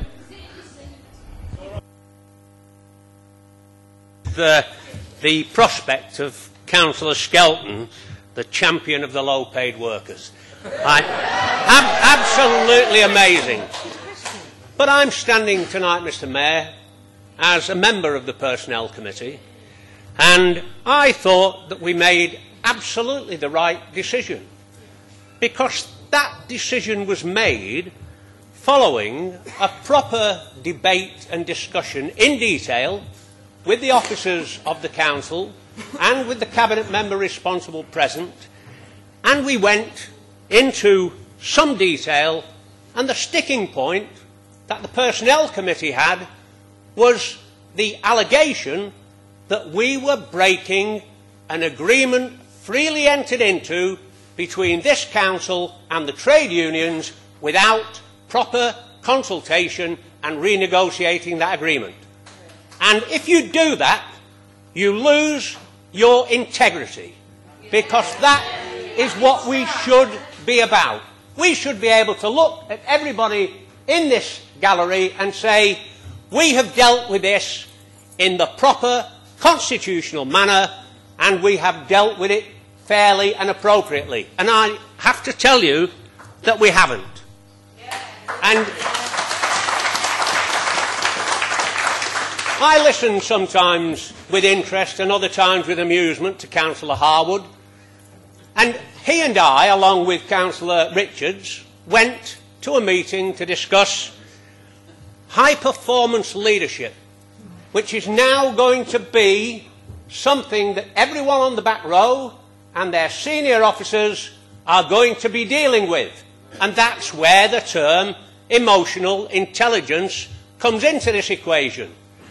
And emotional intelligence, we're told by the training officers of the council, is something that says that the men on the back row, and they are all men as it happens, sorry about that, Kirsty, but the men that count, the issue is simply this, that these managers have to admit that they don't know everything and that there is a lot of wisdom in the people who are sitting up there, and if they talk to them, they might actually begin to understand what is going wrong in the organisation and manage it in a more productive way. You might be interested to see that yesterday there was a full-page article in the Independent on the importance of feelings, which is all about high-performance leadership and emotional intelligence. But no one, in my view, Mr. Mayor, has paid any attention to the feelings of the staff. We went to the Personnel Committee, we had a Disputes Committee, we went through the appropriate procedure, and one of the things that we said in the Personnel Committee was, yes, we agree to these, but we want you to go back and renegotiate on the very thing that we're trying to shove through with a bulldozer tonight. And what on earth are you going to do when it comes to the vote? Are you going to stand up tonight or put your hands up tonight to say, we'll throw the machinery out of the window, we'll stop having highly paid assistant directors for personnel sitting on the back row there, coming along and talking to highly paid trade unions? I know you are, Charlie. And, well, only Charlie, I'm not talking about the rest of you. But the fact is, that is where the talk should be taking place, and it is wholly inappropriate, in my view, that we should be here tonight forcing through something that should be done properly through negotiation and consultation.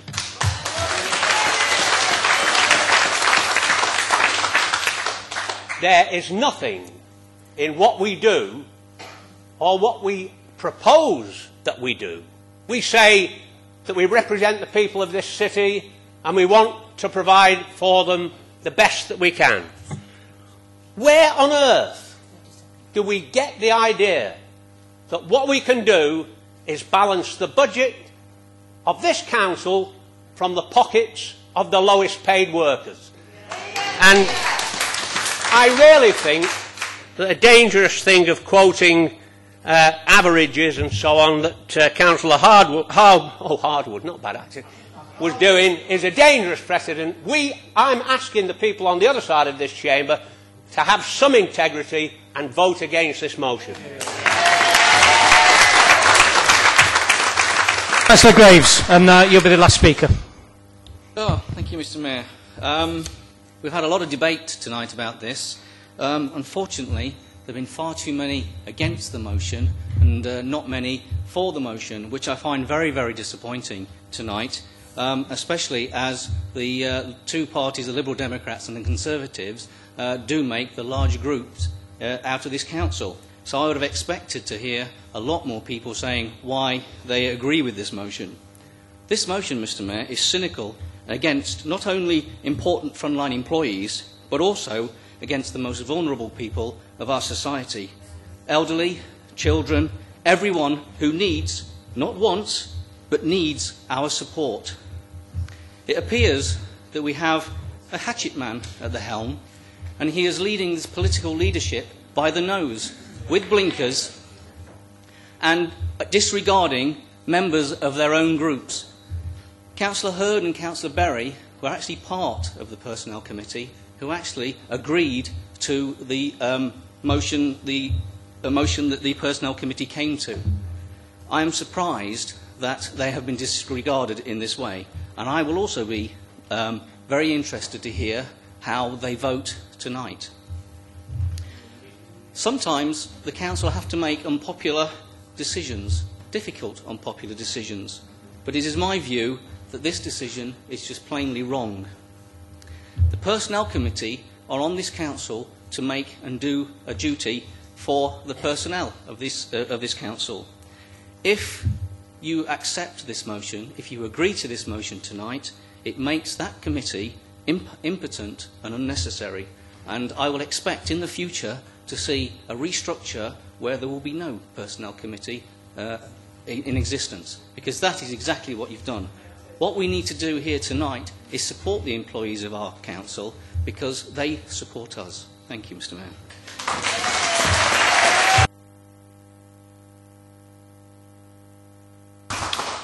Councillor Carr, would you like to sum up? Thank you, Mr. Mayor. We've heard quite a lot of talk about the constitutional impropriety here and democracy and so on. I just refer you to the fact that the Council has delegated to the Personnel Committee the power to consider disputes over terms and conditions. Does not mean that the Council cannot itself exercise that function. This right is expressly conferred on all of us by Section 101(4) of the Local Government Act 1972. So there is no constitutional impropriety at all. I would also like to add for the record that, contrary to what Councillor Graves has just said, Councillor Hurd was not at the Personnel Committee in question. Both Councillor Jones and I were, and again, contrary to what Councillor Williamson said, we both voted against. So let's just clear that up. Yes, we have often been accused. Both all the senior staff who are in receipt of this allowance and all the councillors will also lose their mileage rates and go down to a lower mileage rate, which we are quite happy to do and agree with. Councillor Hussain talked about salaries, and he went into quite a lot of detail about a particular employee. I could advise him that his best option would be to support Lib Dems nationally. The tax proposal to put everybody on the proposal to put everybody on a basic rate of 10,000 would save this person about £700 a year in income tax. So vote Liberal Democrat would be my reaction. Nice little election address here, Councillor. But well, we had a similar election address from Councillor Williamson, didn't we? Okay, we're going to move the motion. Recorded vote, okay. Will members please... So quiet, please. Will members please indicate whether they are for or against the motion, or whether they are abstaining, as I call out their names. Mr. Mayor, before we go any further, I was promised that all members in this chamber would receive legal advice about this motion this evening. Is it legal? Is it constitutional? And has the Council the right to make this decision? Now, that I was promised earlier on today. I would like that advice so that my fellow councillors and all the people in the public gallery can understand what the situation is. Question, Mr. Mayor. When that clarification is being given, could we have also an indication as to whether we're talking about authority or moral authority? Mr. Foote. The situation here is that we're talking about terms and conditions of employment. That becomes a non-executive matter within local government legislation, which means that it is the responsibility of council to deal with. It's not a cabinet responsibility, it is a matter for council. And council has delegated the function of considering disputes to the Personnel Committee. But having done that, it doesn't mean to say that it cannot itself consider disputes. That is a common sense position, I think, and it is reflected in the legislation that Councillor Carr mentioned. So it is my advice to Council that the motion is certainly legal. If it hadn't have been, I would have said something before now. Can we go back to the vote now? Thank you. Thank you. So, will members please indicate if they are for or against the motion, or if they are abstaining as I call out their names. Councillor Allen. Councillor Banwaite. Against. Councillor Beattie. Councillor Baxter. Against. Councillor Bayliss. Against. Councillor Berry. Against. Councillor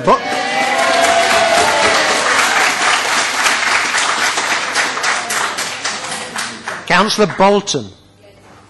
Councillor Kerr. Councillor Carr. 4. Councillor Shearer. Councillor Davis. 4. Councillor Dinser. Councillor Gins. Councillor Graves. 4.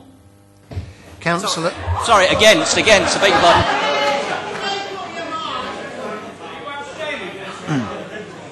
Councillor Grimmadell. 4. Councillor Harwood. Councillor Hickson. Councillor Higginbottom. Councillor Hurd.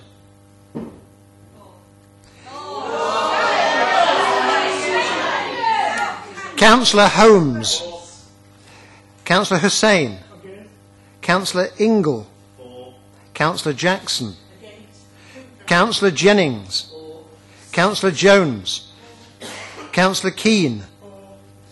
Councillor F. Khan. Councillor R. Khan.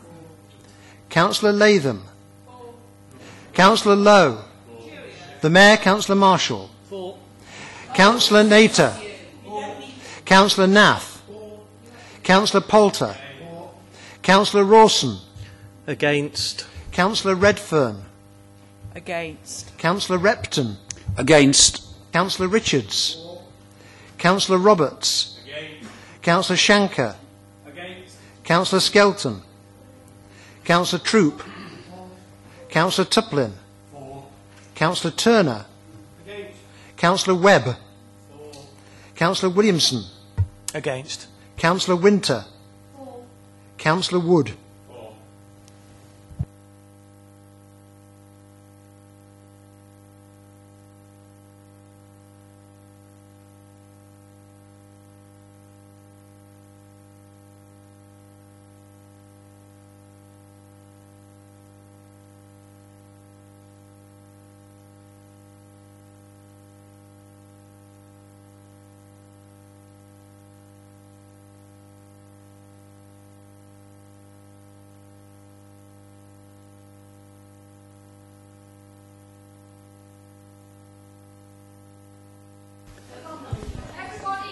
Mr Mayor, 4, 30, against 17, abstain 1.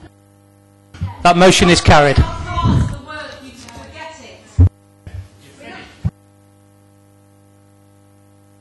Right, moving on to the next item. Thank you. Item 7, to receive any written questions about the business of the Derbyshire Police Authority.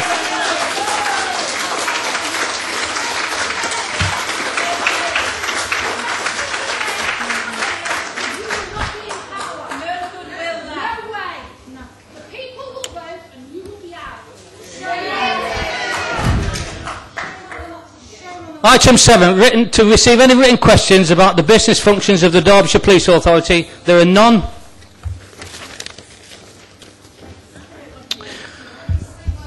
Item 8, to receive any written questions from members. I believe that there are 20. So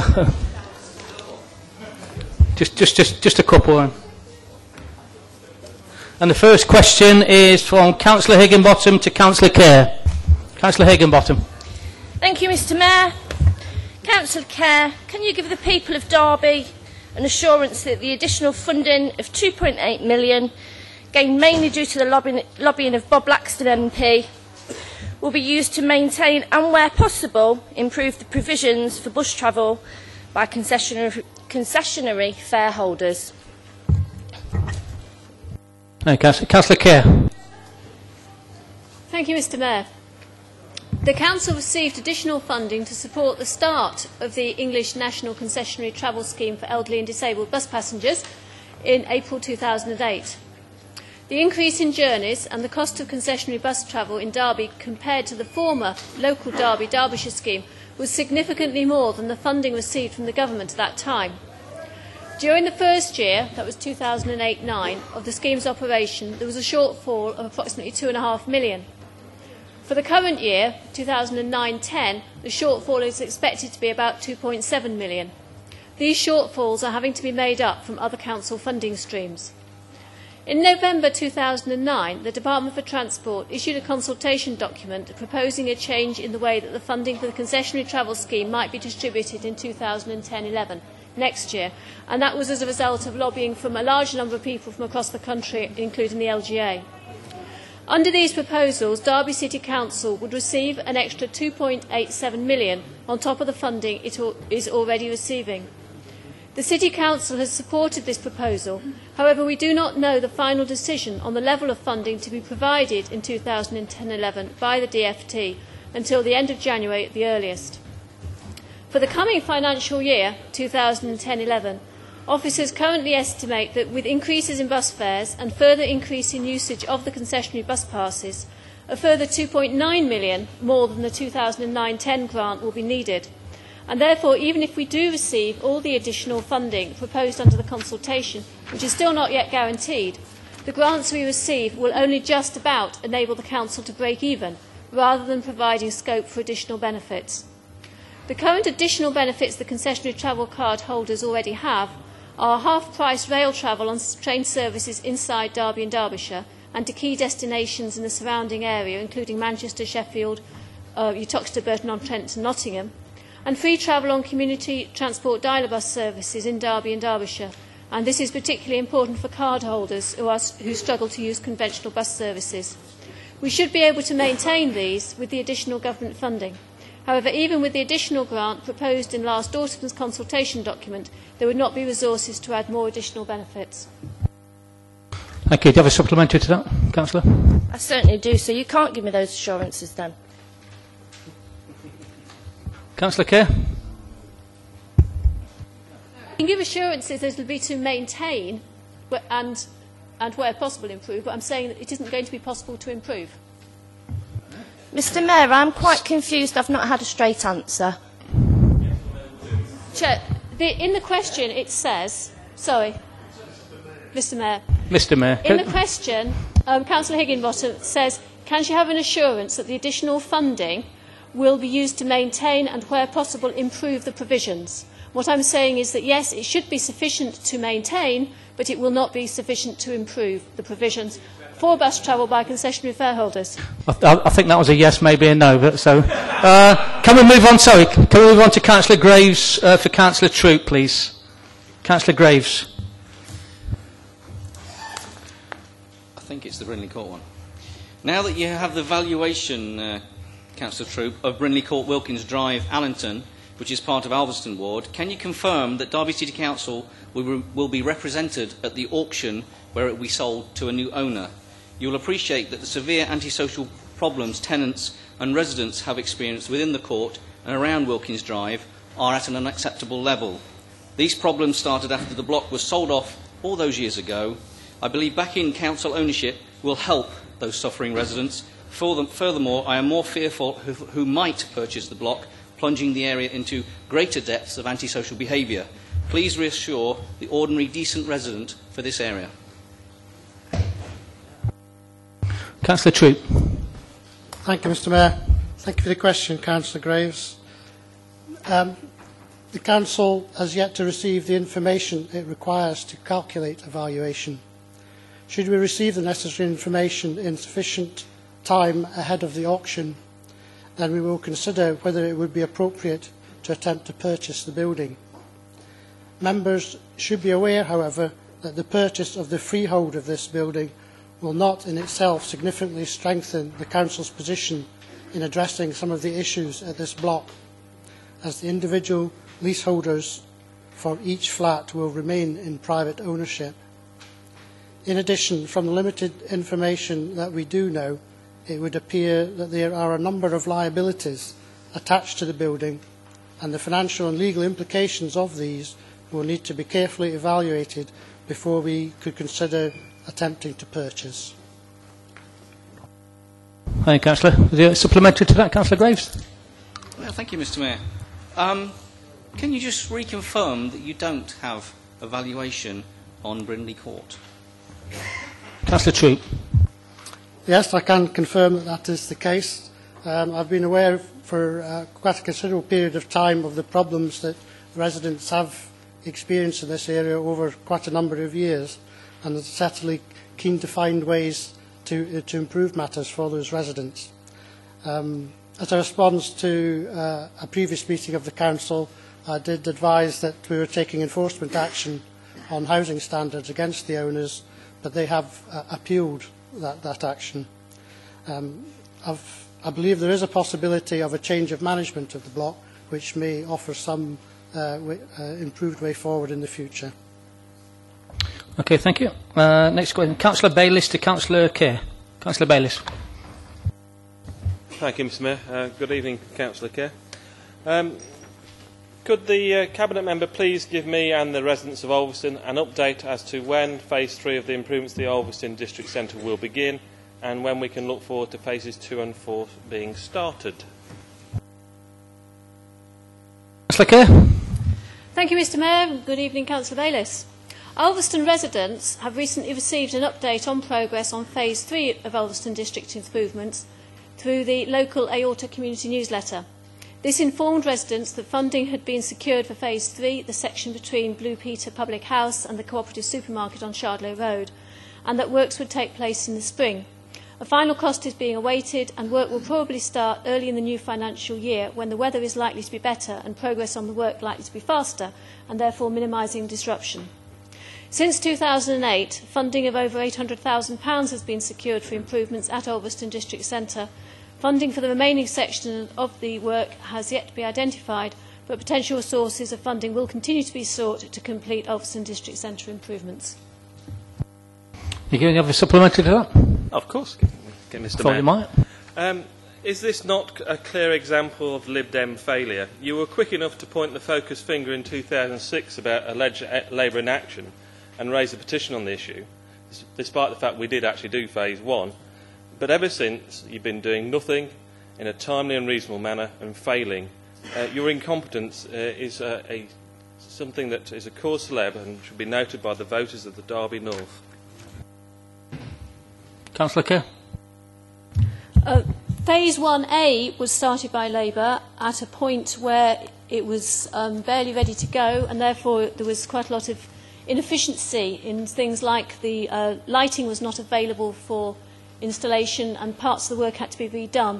Phases 1B and now Phase 3 are going ahead under Lib Dem administration, Labour having made no provision for future phases at all. Okay, thank you for that. Next one is Councillor Triplin to Councillor Skelton. Thank you, Mr Mayor. It's predicted that the population of older people aged 85 and over in Derby is likely to rise sharply over the next 10 to 20 years. Will the Cabinet Member reassure Council that the Council plans for care and accommodation of these people will be satisfactorily met?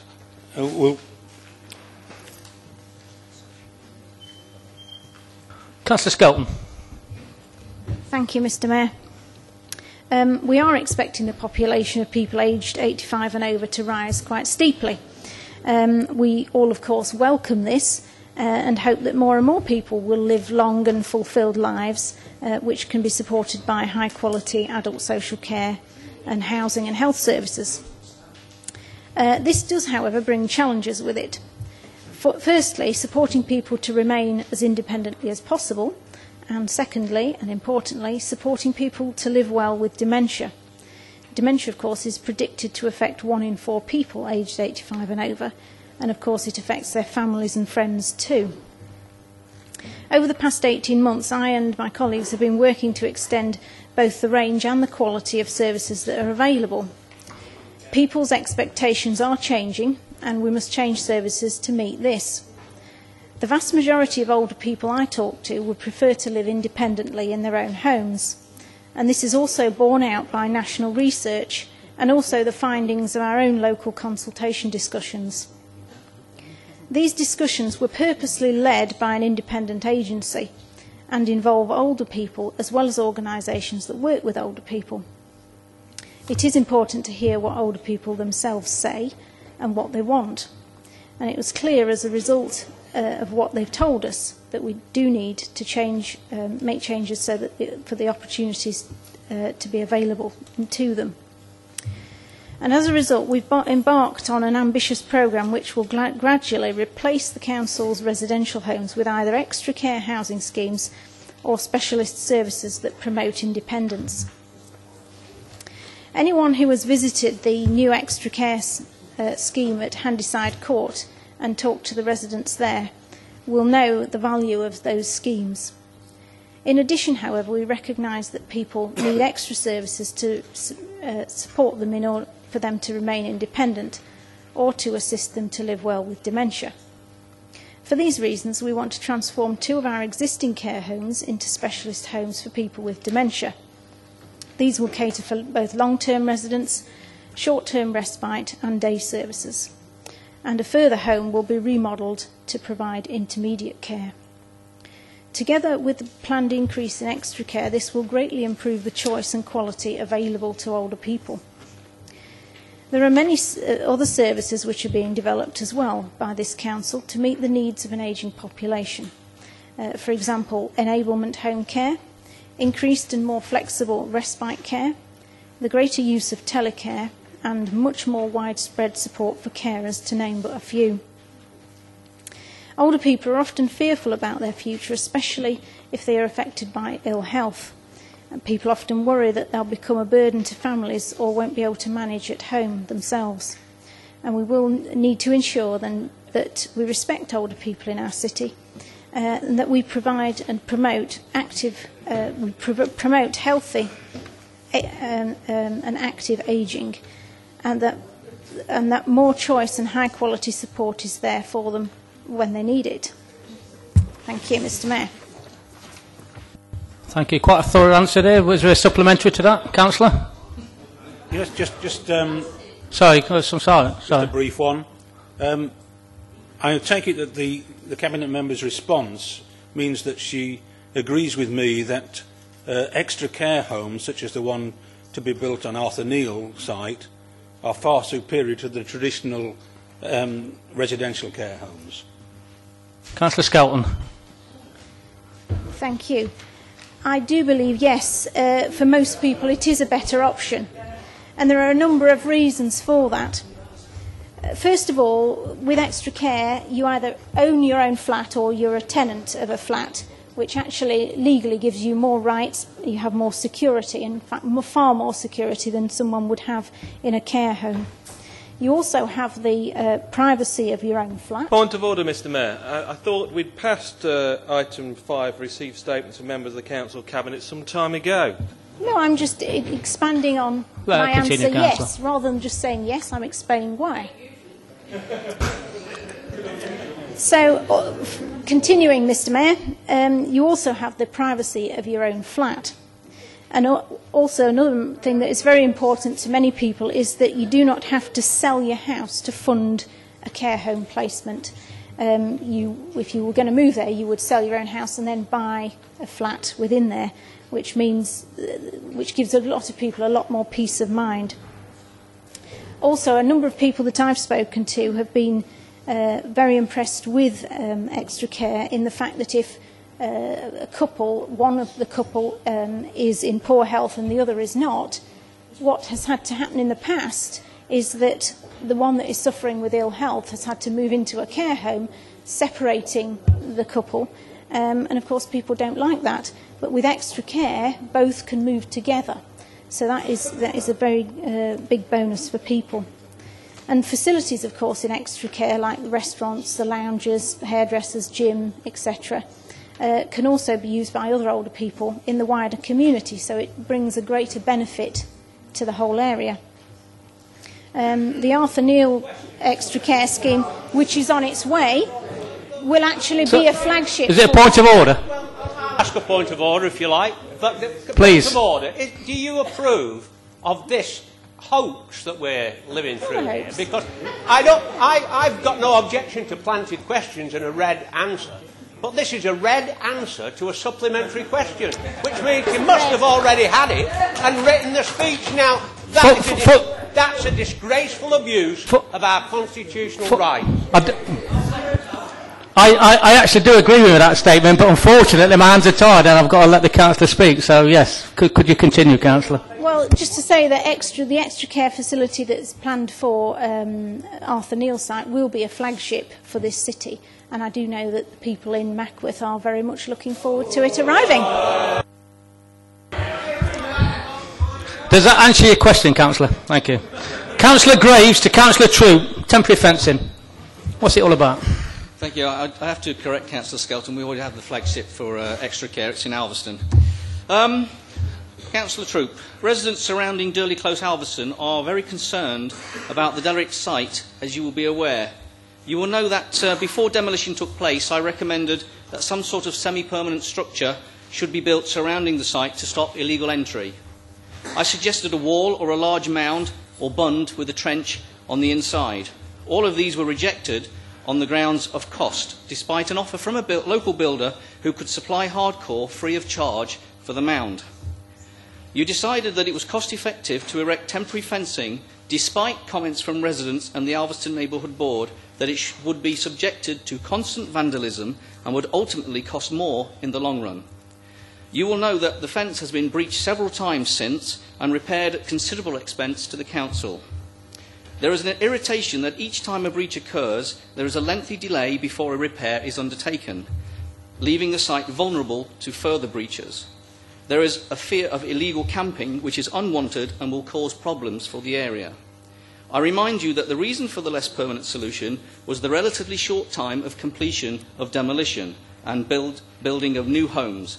This is now delayed to your decision to wait for the Orange contract to run out in 2011-2012. Will you now consider a more permanent solution for the peace of mind of local residents and the headache of constant repairs to the temporary fencing? In the meantime, can you repair the existing fence as a matter of urgency? Thank you, Mr. Mayor. Councillor Troop. Thank you, Mr. Mayor. As you know, Councillor Graves, it was not possible to secure this site with the wall because of the prohibitive cost. The builder that you recommended could not provide the necessary documentation to prove that the hardcore he could provide was not contaminated, and the council's tree officer expressed concern that the additional bunding on the site would damage the health of the nearby trees. I do sympathise with the residents' concerns relating to the security of this site, and I can assure you that we will repair the existing fencing as soon as possible. Officers will be meeting with the police and representatives from the Community Safety Partnership shortly, with a view to improving the protection of this site and reducing any antisocial behaviour around it. Supplementary to that, Councillor? Yes, Mr. Mayor, thank you. Thank you, Councillor Troop. Unfortunately, the quick decision that you're making on repairing the fencing is not quick enough. The answer that we get from officers is that they have to get a quote. What the residents need is, as soon as a breach occurs, that a repair is done. Bearing in mind that we purchase the repair from the council services itself, environmental services, why don't we just repair it and then pay for it when they tell us how much it costs? Do you want to respond to that, Councillor Troop? I can discuss with officers how to best do this. Okay, thanks for that. Next question is from Councillor Roberts to Councillor Kerr. Councillor Kerr, the gritting programme over the sustained period of icy weather left a lot to be desired.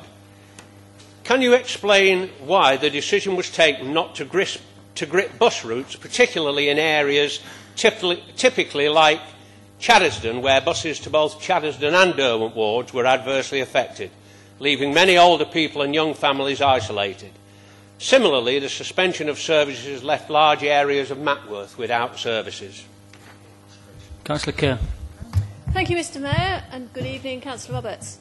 The cold weather before Christmas and over the Christmas and New Year period meant that by Friday, January the 8th, our salt stock had become very low and our suppliers could not guarantee any deliveries. This was because a national shortage of road salt had developed and our stocks had not been replenished over this period, despite an order being placed. A moderate snowfall was forecast for Sunday the 10th of January, which, together with the frosty conditions on Friday and Saturday, would have completely exhausted our salt stock if we had continued with the normal gritting routes. We would have then been unable to do any gritting on Monday the 11th. The weather forecast had suggested that cold weather could continue for at least another week. We therefore took the decision to reduce our gritting routes in order to reduce our salt usage, so that we would be able to continue to treat the main road network during the following week. Over the weekend, the national situation worsened, and following this, the Department for Transport asked all local authorities to reduce their salt usage by 40 to 50%. I had asked the 4 bus companies to be informed of the intention to reduce salting routes on the Thursday, and had asked them to indicate any short sections of road which would significantly aid their ability to run services on reduced salting routes. This they did, and several short lengths of road were added to the main road salting routes as a result. I have asked this issue to be included on the agenda for the next Strategic Bus Partnership meeting with bus operators, and I am sure that the impact on bus services will be one of many issues to be reviewed as part of the debrief on this period. Councillor Roberts, do you have a supplementary to that? Yes, Mr Mayor, I do. I know that you've said that we were short of salt, and I did see your television appearance where you were interviewed and said Derby is short of salt. And then the interviewer said, and I'm going to ask you why this is, because that's a question, but let's get there. I'd like to know why the interviewer was able to say that Nottinghamshire, Derbyshire, Leicestershire, Leicester City and Nottingham City had all got adequate salt to provide for their bus routes, and you were in there in your yellow jacket saying, well, we're very short of salt in Derby and we're running out and we can't do these things. And the question, I suppose, is it just the fact that it's a Liberal Democrat controlled operation that we have here, and all of those others are either Conservative or Labour controlled, who then seem able to manage their salt stocks and grit a lot better than you? Councillor Kerr. I must admit, I had also wondered whether it was actually due to us being a non-Labour led authority that we were being penalised and not having the salt delivered that we had ordered. The government had set up a scheme called Salt Cell to try and ensure that those authorities that were most in need of salt should be delivered the limited salt supplies. And we were told that we were high up that priority list, but yet we were not getting salt deliveries. And it does make one wonder. But I did speak to colleagues in Sheffield who were also in a difficult situation, but still had more salt than us. So I concluded that this salt cell system wasn't yet working, but it started working the following week. Thank you. Councillor Nath to Councillor Kerr, please, on highway defects. Thank you, Mr Mayor. Councillor Kerr, recently council officers publicly stated that the strategy adopted to focus on carrying out temporary and reactive quick-fix repairs on potholes and other highway defects may not have been the best option. Defects may not have been cost-effective, and that more robust repairs should be considered. Do you agree with the officers? Councillor Kerr. Thank you, Mr Mayor. Good evening, Councillor Nath. It has been difficult to respond to this without further details of the context of the statement. However, temporary repairs are made to defects in order to make them safe until such time as a permanent repair can be made to ensure that roads remain safe for use. When the backlog of work is large, the temporary repair may fail and have to be replaced before a permanent repair can be done. To reduce the delay between inspection and repair, the workforce doing repairs has been increased, and until the wintry weather, the delay was reducing. Some temporary repairs have also been carried out until there was greater understanding of the extent of the backlog and to ensure that the budget was not overspent. And there are also occasions where the Traffic Management Act can mean that it's more effective to carry out temporary repairs than permanent ones in the first instance. I'm happy to discuss this with you further because I'm aware that this may not be quite the fullest answer you were hoping for. You have a supplementary to that, Councillor Nath? Thank you, Mr Mayor, I do. Does this mean that you agree that it can't be best value for money to the taxpayer when in Mickleover Ward the same potholes have been filled 3 times within the last year? So how would you be saying that this is value for money to the taxpayers, that the same potholes are being filled 3 times in the same year? Councillor Kerr. I haven't said it's good value for the taxpayers. I've said that we are aware that there were problems with the system and we have been improving. And that is why we have been taking on additional staff to be able to speed the completion of permanent repairs. This particular pothole that's been mentioned, again, if you provide details of it, then we'll try and make sure that something permanent and lasting is achieved in that area. Thank you for that. Councillor Turner to Councillor Carr. Thank you, Mr Mayor. Could I ask whether we should be called Your Worship, bearing in mind your introduction this evening? Well, you just can't get the staff. All right, thank you. Councillor Carr, you were so disappointed with the Council's Planning Committee decision on the Sinn Féin Lane plant. What respect do you have for the decisions of Council committees? Councillor Carr.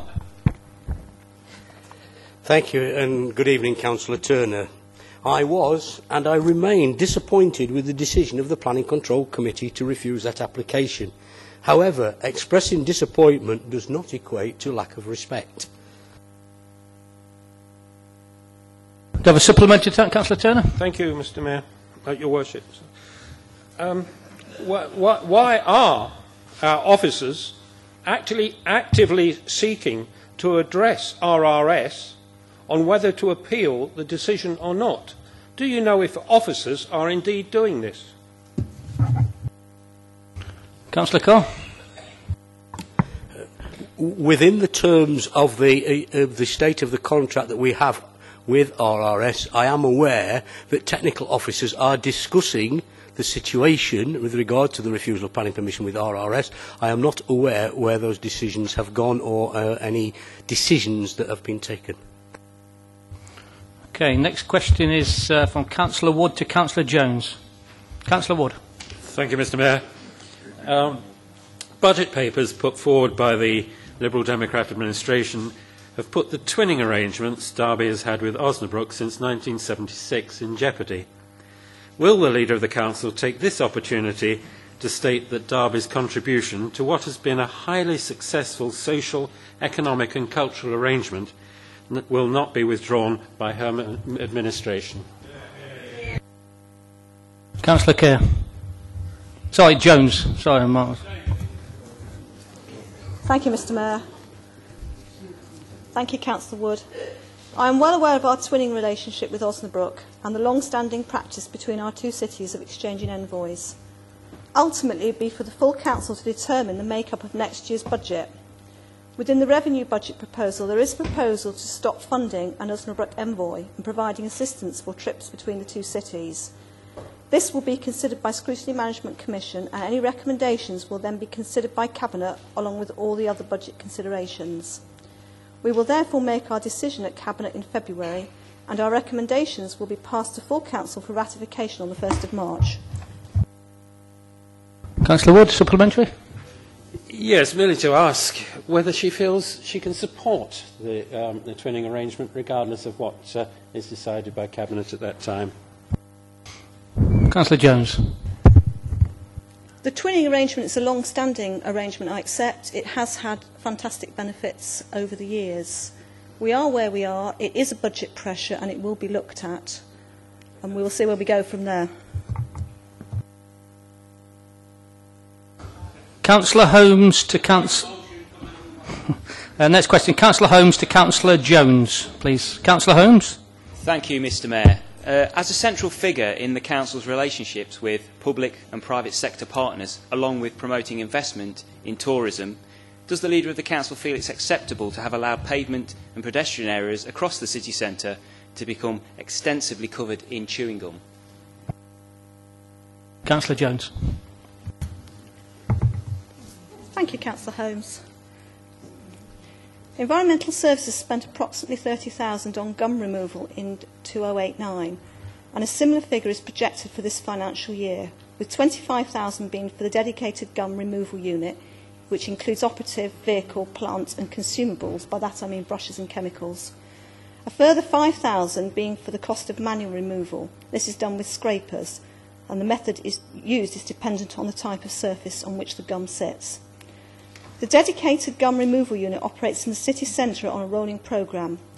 Initially, work began on the most heavily soiled areas and is monitored by waste management inspectors. The unit uses a combination of low-pressure steam and a chemical which aids in the breakdown of gum. Dependent on the surface type, some gum is easily removed manually with scrapers, and this work is carried out by street cleansing operatives within the city. The service is suspended in adverse weather when the surface temperature falls near or below freezing. During winter months, when the temperatures are so low, thin films of water left on footpath surfaces as part of the process are likely to freeze and cause a potential slip hazard to pedestrians. Additionally, water in the pipes and tanks of the machinery can also freeze, which can cause expensive damage to the equipment if used by street cleansing teams in these conditions. Inevitably, there will be a build-up of deposits of gum whilst there is adverse weather conditions. When ambient temperatures become more favourable as we approach spring, the rolling programme will continue. Thank you. Councillor Holmes, do you have a supplementary? Yes, thank you, Mr. Mayor. Excuses. In my opinion, your answer smacks of being caught with your eye off the ball. The build-up of chewing gum that covers the city clearly spans the period of your administration. And why have you allowed the situation to get as bad as it is now? I'd like to ask, did the council apply to be part of the Chewing Gum Litter 2009 campaign, which is supported by the Local Government Association and DEFRA, amongst others? It helps local authorities tackle gum litter by providing resources to plan, launch, implement and monitor local campaigns. If not, why not? Councillor Jones. This administration has put in, as I said, £30,000 into gum removal. There is a rolling programme, and the rolling programme will continue as soon as the weather improves.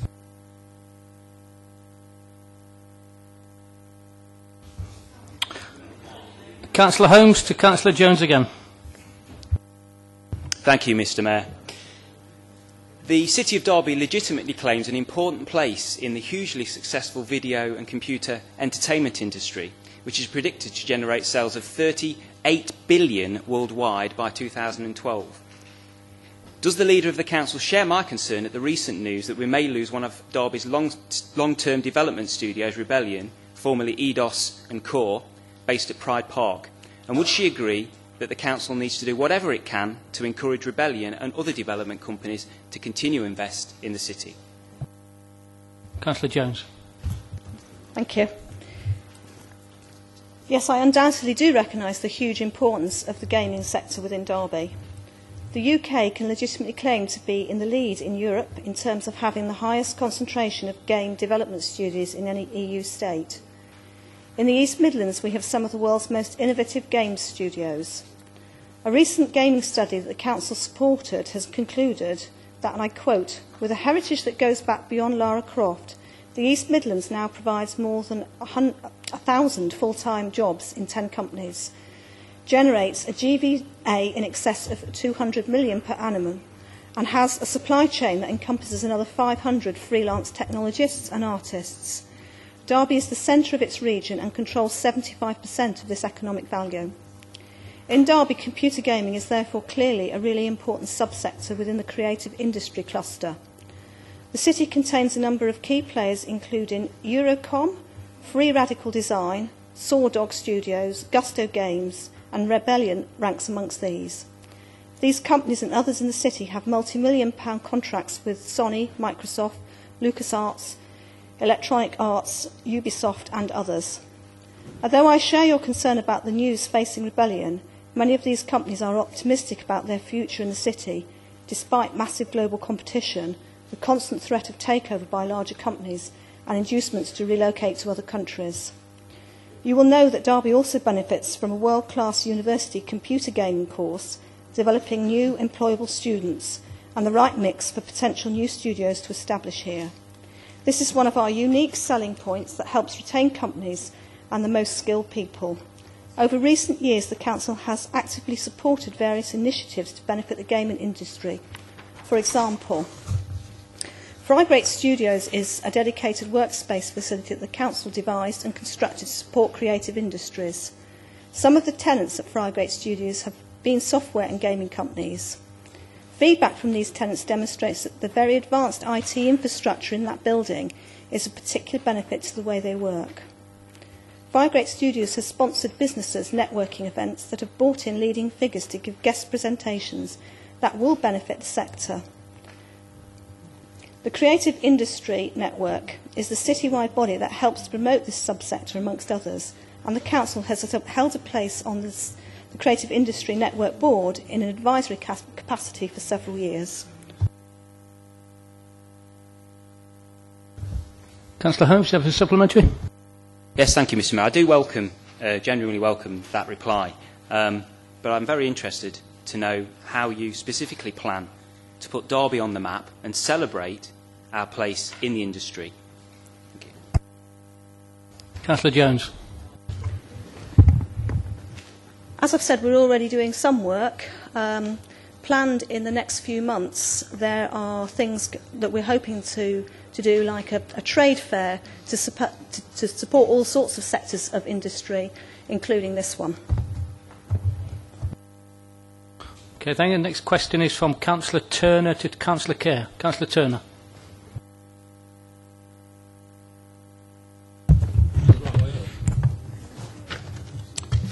Thank you.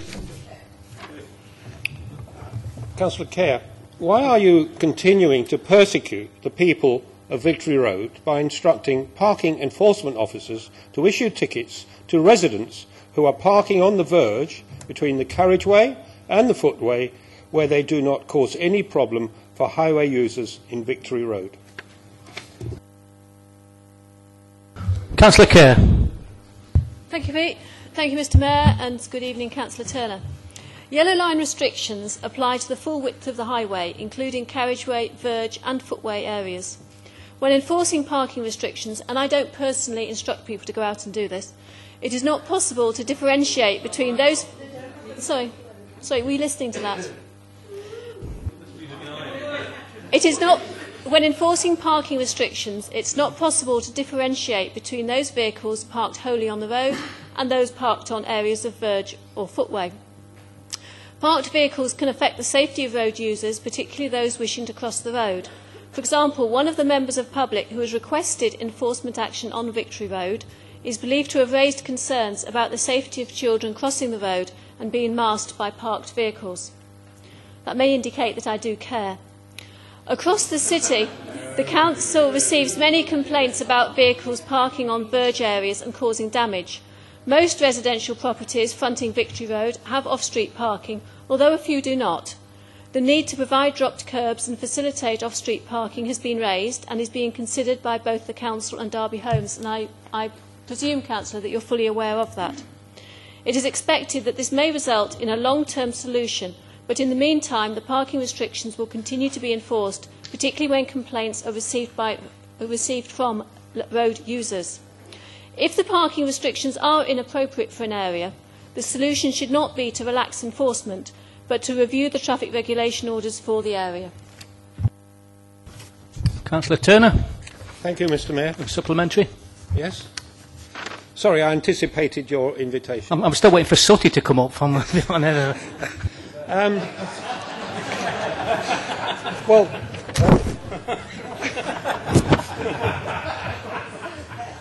do I? I would like to... My supplementary question, Mr. Mayor, is would you please to explain to me and Victory Road residents how this is not unacceptable, given the fact that you have refused to implement any programme that will improve the car parking situation? Councillor Kerr.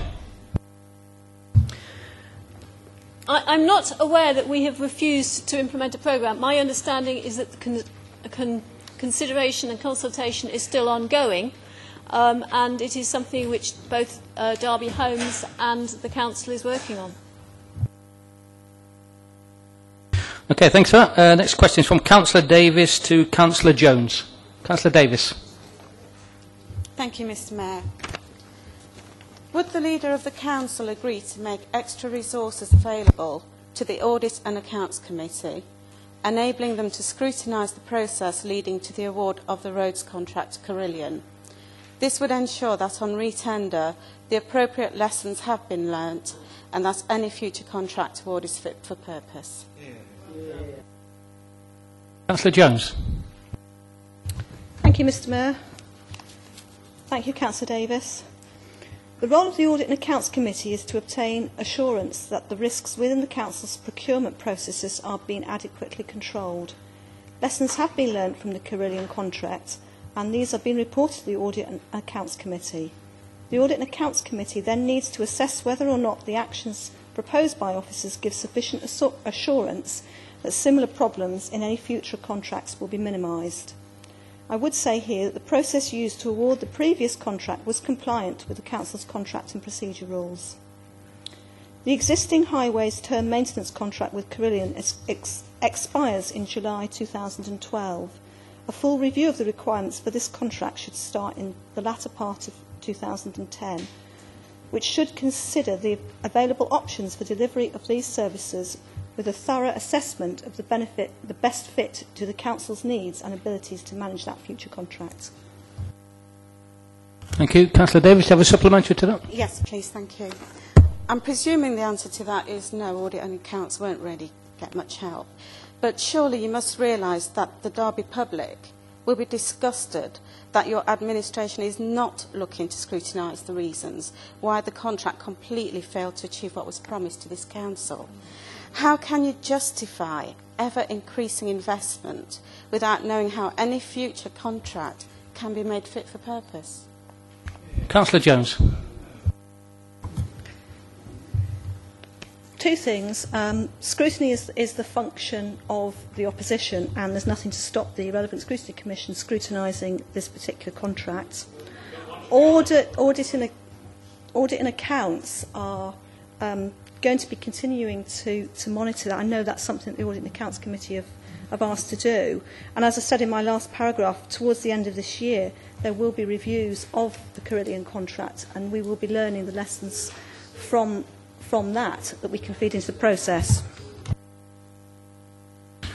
Okay, thanks for that. Next question is from Councillor Ingle to Councillor Kerr. Councillor Ingle. Okay, I've got Kerr here, so it's Carr, sorry. Thank you, Mr Mayor, for this opportunity to speak. The Liberal Democrat administration has recently agreed to spend £3 million on a street light management system. Can the Cabinet member please explain how this offers value for money to the taxpayer, considering the projected savings of just £137,000 a year? And it is Councillor Kerr, I think, isn't it? Yes, it is Councillor Kerr, so who was right? Councillor Kerr. Thank you, Mr Mayor. I think you knew what was going on there. The Lib Dem administration has not agreed to spend £3 million on a street lighting management system, but has agreed to look further into the justification for doing so. The energy and carbon cost of street lighting is increasing with the PFI investment in new improved lighting levels. It has therefore been highlighted as an area to be looked at for both these reasons, energy cost and carbon cost. We consider that the best way of making substantial reductions would be by introducing a central management system, which would give the Council the flexibility to dim or to turn off lights in variable locations for variable periods. This was reported to Cabinet. More recent street lighting PFI schemes have been considering such technology as part of their initial investment. The decision was taken that we should work towards introducing a central management system, but no decision was taken to install such a system. A lot of further work is required to assess the systems available, as well as the upfront investment, likely savings in cost and energy, and the impact of dimming, switching off periods during the night. The report did say that we would prepare a business case for the implementation of a central management system which would be reported back to Cabinet, and we are now working on this business case in cooperation with climate change officers as well as representatives of Balfour Beatty, our street lighting PFI contractor. Councillor Ingle, do you have a supplementary? Would you believe? I thought you might. Would you believe? There's a 21-year payback on that, Lucy, which I don't think gives value for money. However, can I ask the Cabinet member to reconsider this scheme, which will throw Derby back into the dark ages? And are you aware that under a future Conservative-led council, this scheme would be scrapped and replaced with more efficient and affordable solutions? Councillor Kerr. The cheap and affordable solutions are already being implemented, but we are still left with a serious energy cost, and as electricity prices rise, and they will rise over the next 21 years, a management system like this would give us a lot more flexibility to be able to control not just our energy costs, but also our carbon footprint. And as legislation on carbon is being strengthened, if we ignore the 15% of our carbon footprint, which is street lighting at the moment, and will become a higher proportion if we do nothing, we may find ourselves having further penalties applied by the government. Thank you for that. Next question from Councillor Poulter to Councillor Carr. Councillor Poulter. Yes, thank you, Mr. Mayor. Councillor Carr, in the light of the alterations and refurbishments that have been made to the benefits waiting hall, the payment desks associated, and quite quietly to the Cabinet members' corridor of officers. This at a time when you were in the process of taking the decision to totally refurbish the Council House. What was the total cost, please, of these alterations and works? And do you feel that this represents appropriate spending and value for money to the taxpayer? Councillor Carr. Thank you, Mr. Mayor, and thank you for the question, Councillor Poulter. I was beginning to feel a bit left out there. Ever since I took up my post, I have been concerned at the conditions in the benefits area, the payment counters and the main reception area. The alterations and refurbishments to these areas were approved by Cabinet in September 2009. So contrary to your assertion, Councillor, this was prior to any decision to totally refurbish the Council House, and at a time when we were expecting to continue to operate within this building for 2 to 3 years, while a second building was developed. Once Cabinet approved the refurbishments, orders for the work were immediately placed with the contractors to ensure the work was completed by Christmas. Cabinet approved this work as the facilities for customers were not DDA compliant and were also inadequate, as I mentioned earlier, for the number of customers visiting the building. Extending the benefits area has significantly improved facilities for our customers by increasing seating capacity, which means that our customers no longer have to sit on the floor. These facilities are now also DDA compliant. The cost of refurbishing the main reception area, remodelling the payment counters and extending the benefits area was £212,000. Much of the furniture and fittings will be reused in the decant accommodation which is currently being identified for Derby Direct while the Council House is refurbished, so we haven't spent all that money unnecessarily. Work to the Cabinet's members' corridor was completed at very little cost, approximately £1,500, as there was no redecoration involved and the carpet tiles were recycled from elsewhere, another Liberal Democrat policy. We have created 2 new doorways and in so doing produced a single Cabinet office corridor with associated benefits for the support services staff. I therefore believe that all of the work completed supports our priority of delivering excellent services and value for money. I have a supplementary to that, Councillor Poulter. Thank you, Mr. Mayor. Yes, Councillor Carr, I wasn't actually saying that the decision was taken in the wrong order. What I was saying was that at the time you took the decision in September to go ahead with these expensive improvements, and I give you that they are improvements, and I understand the need to do them, but you, Councillor Carr, must have been aware at the time, because considerations were being given as to where this council would be accommodated at that time. I admit the decision was taken later, but you could have forestalled these improvements until that decision was taken. That's the point. But I also like to seek reassurance that at the end of the day, you will not allow any further unnecessary alterations, improvements or whatever to these premises whilst until such times as the full refurbishment is done. Thank you. Councillor Carr. Yes, Councillor. I think we're at cross purposes here. At the time we took the decision for the refurbishment, we were expecting to remain in this building for 2 to 3 years. Therefore, I judged that that expenditure was reasonable in the circumstances. With regard to your other comment, I completely and absolutely agree, and you have my categoric assurance that apart from emergency repairs, there will be no more money spent on this building until the refurbishment of this building starts. Okay, thanks for that, Councillor. The next one, Councillor Grimmer, has been withdrawn, so we're going to Councillor Shanker to Councillor Troop. Councillor Shanker. Thank you, Mr Mayor. Councillor Troop, when do you think that the illegal Glossop Street travellers' encampment will be cleared?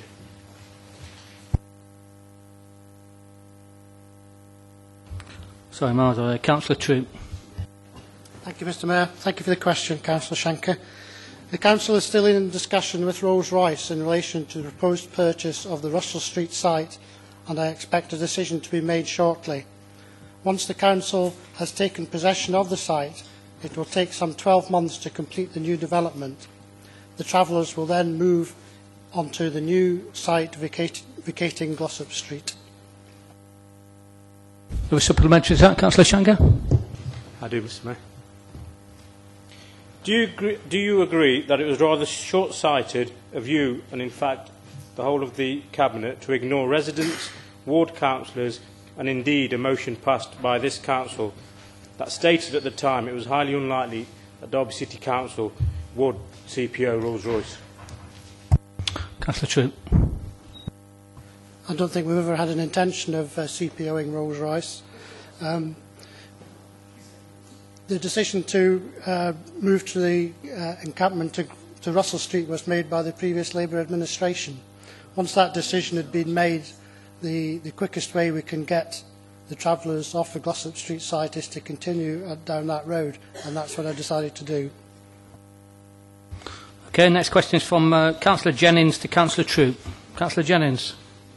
Thank you, Mr Mayor. Councillor Troop, following your group's Cabinet decision to spend £350,000 on the refurbishment of the 38 flats and Exeter House, and then a further £100,000 due to concerns over fire safety, does the Cabinet member not agree that this offers very poor value for money to the Derby taxpayer, and that regeneration of this area of the city would be a more forward-thinking strategy? Councillor Troop. Thank you, Mr Mayor. Thank you for the question, Councillor Jennings.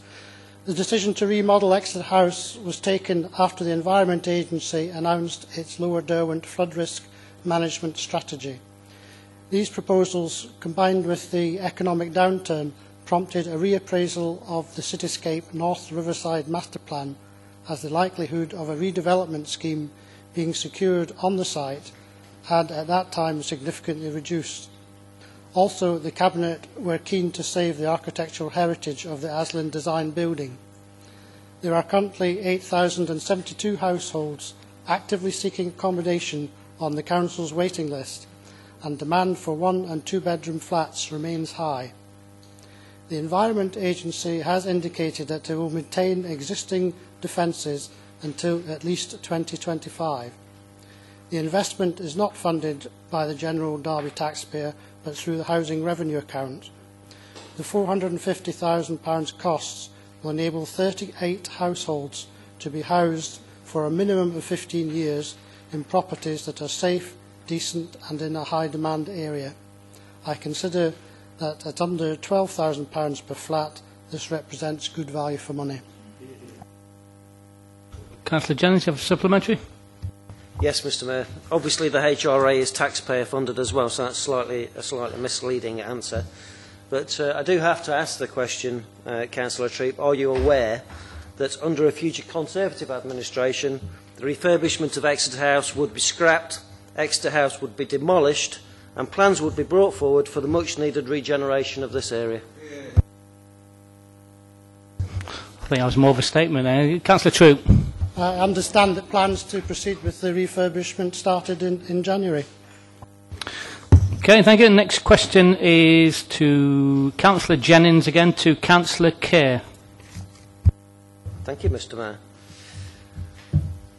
Would Councillor Kerr please explain why, despite widespread opposition along with an upheld call-in decision against it, the Liberal Democrat administration plans to proceed with the implementation of the Kedleston Road bus lane scheme?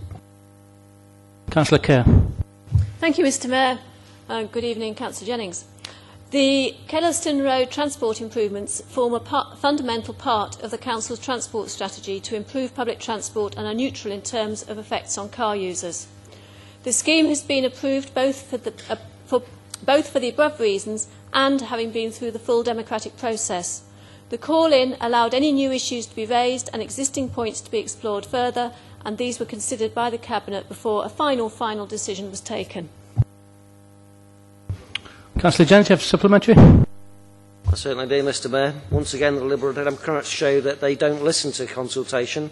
So once again, I will have to state, are you aware that again, under a future Conservative administration, this scheme would be scrapped until the effects of the completion of the Inner Ring Road can be evaluated?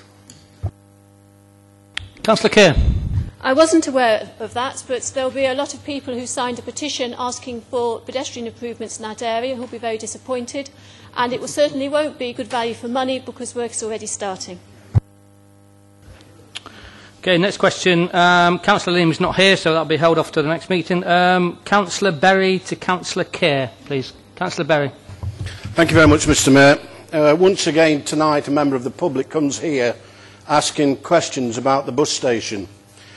This is primarily because not enough detailed information is given to the general public about what is actually happening to Derby's bus station. So would the Council Cabinet member please explain when Derby's new bus station is going to be open, fully operational, to the general public, and why are the delays now? Thank you. Councillor Kerr. Thank you, Mr Mayor. Good evening, Councillor Berry. I think it's almost good night now, actually. The bus station will be in full operation and open to the public on Sunday the 28th of March.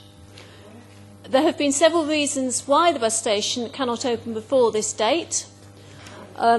Firstly, after several delays and uncertainty, the developer handed the bus station over to the Council immediately prior to the Christmas holiday.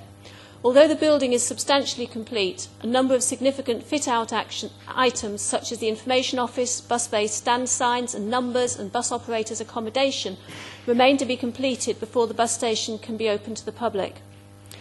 Bus operators have to give 56 days' notice of the details of new services or changes to services to the traffic commissioners, and changes to departure location moving into the bus station would be covered by this requirement. The operators could not be sure of the opening date of the bus station until they were confident that the bus station had been handed over to the Council from the developer, and also they required time to fit out their facilities within it. There are only a limited number of dates when the traffic commissioners allow bus operators to make these major changes, known as stability service dates each year. March the 28th is the first such date after the end of January. The delay also provides time for several test runs of the operation of the new bus station using substantial numbers of buses to allow training for drivers and to test the new timetabling. The required number of buses is only available on Sundays. Councillor Berry, you have a supplementary? Yes, thank you, Mr Mayor. Thank you for that answer, Councillor Kerr. A question. How many of the temporary bus shelters that we have at the moment are going to remain as permanent bus stops? Where are they and why? Councillor Kerr. There will be some of the remaining. There will be some of the existing bus shelters which will remain. I haven't got a list of how many here, but that information can be provided. The ones that are not going to be needed on street in that area long term will be available for relocation across the city if they're able to be moved effectively. There are a number of services which are choosing to operate from the street, though nothing like as many as there are now, obviously.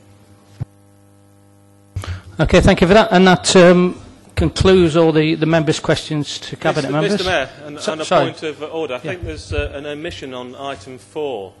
My understanding is that Mr Guest is retiring, and this is actually his last council meeting. He's going to have an operation in February, which means he'll be incapacitated for 6 weeks, taking up to his retirement date, which is past the 1st of March. And I, along with other council members, realising that, would like to pay tribute to him. I don't know whether this is true, but that's what I believe is the case. I think it's good and proper that we should pay tribute to him. I mean, he's put up with challenging and interesting members like myself for over a number of years, and I think we ought to pay him at least a compliment to give him a round of applause.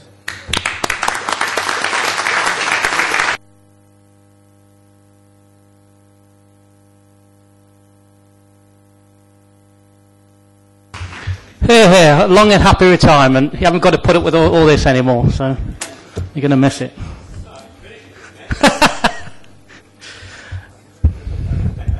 I meant the council generally.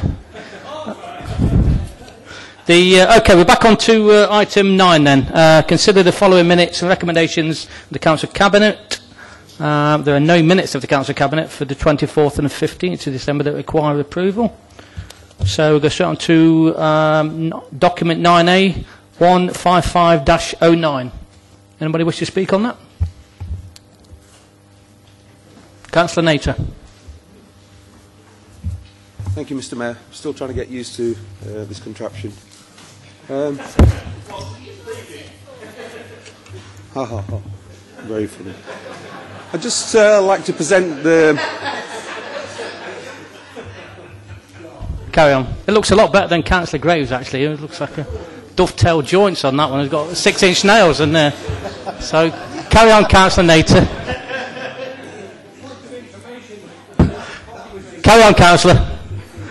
Thank you very much. Thank you very much, Mr. Mayor. I'd just like to bring this leisure strategy to Council, which has obviously been to Cabinet and Community Commission with cross-party support. I mean, we all know what our leisure facilities are like, and we've produced this thick, heavy document. People have got an opportunity to have a look at it and go through it and actually be involved part of the consultation process. Really, it's a very ambitious programme. I think there's no chance of reading the report. It actually took me 2-3 days to go through it and have a look at all the results from it. But basically, you know, what we're proposing here is 2 hub facilities within the city centre location and then satellite facilities around the city. Other than that, you know, I've already touched on how bad our existing facilities are and the amount of money it's costing to repair, some 17-18 million pounds, and then the 37 million pound to, you know, remodel the models. So really, I think we've had the conversation and the debate through Cabinet, Councillor Holmes, Councillor Dinter was there, supported very much, and I would like to add this is for the benefit and the health and well-being for the city. Okay, thank you. Anybody wish to speak? Councillor Repton. Yes, it's interesting proposals, but I have a question. Certainly I can remember many years ago when similar proposals were put forward, maybe not in such a grand a way, when it's proposed to actually bulldoze the Queen Street site, as was.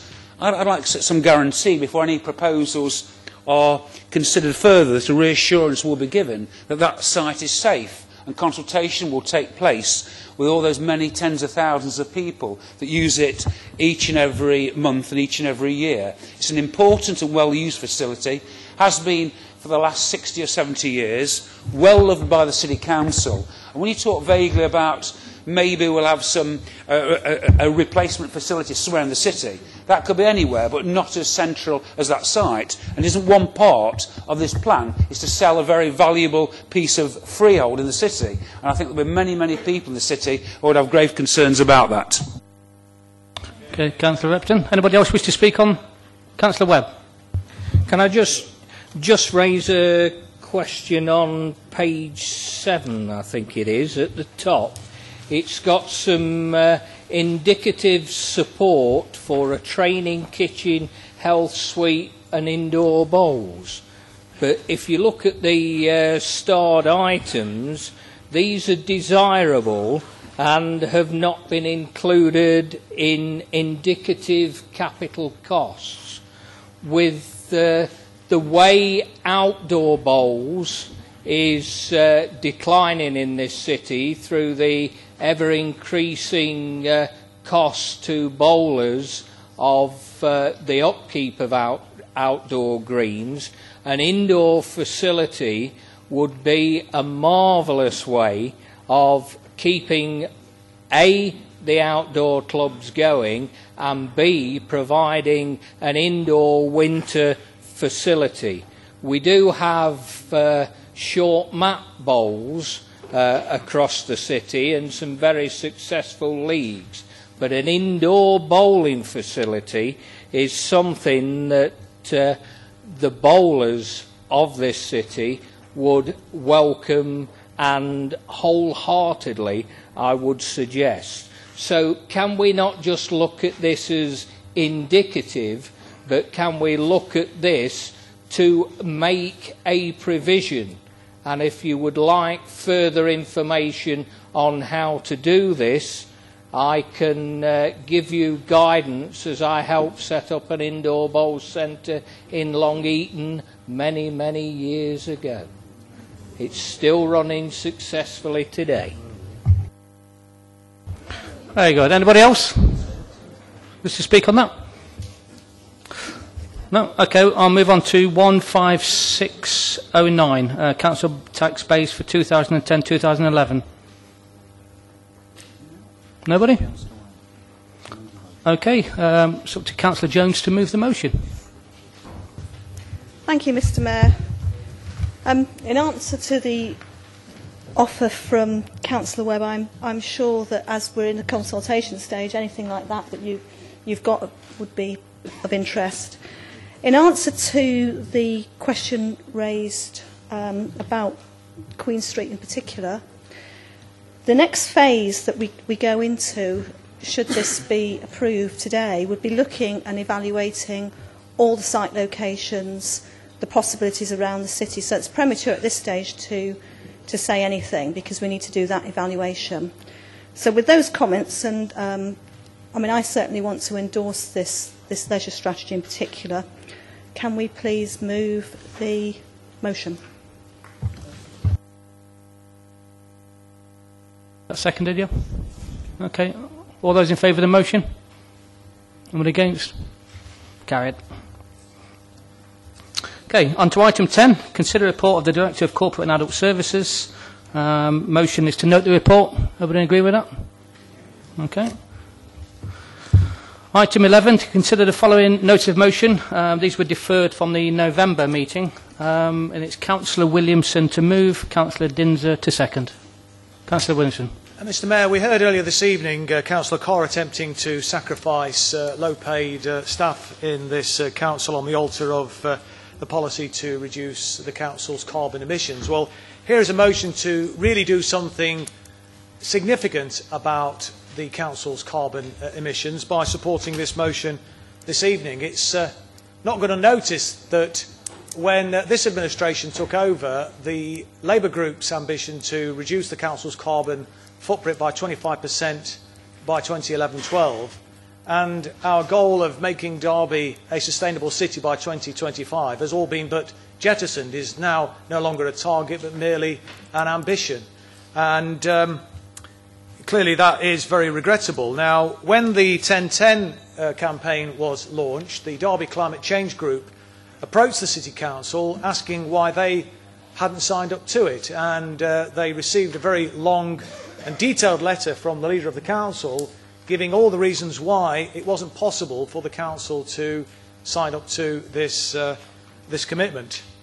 Notwithstanding the fact that the Liberal Democrat conference, at the Liberal Democrat conference, their parliamentary spokesperson on climate change and a motion that was passed at the Liberal Democrat conference committed all Liberal Democrat controlled and influenced councils to apply and implement the terms of the 1010 campaign.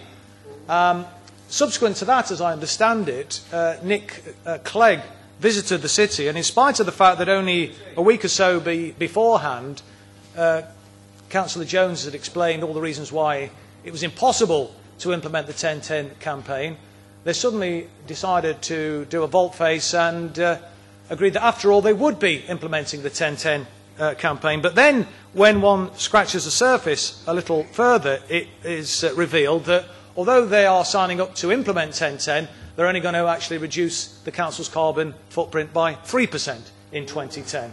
So it seems to me, once again, we are getting weasel words from the Liberal Democrats, who claim to be an environmentalist party, but the reality is, from their record, that they're anything but that, with the policies that they've pursued since they've been in control of this council. This does give an opportunity, Mr Mayor, and we will be calling for a recorded vote on this issue too, for the Liberal Democrats to actually correct the way in which they've been pursuing this agenda in control of the council, and to make a meaningful step in actually reducing carbon emissions in 2010 by 10%, as was agreed, I understand, unanimously by their conference last year.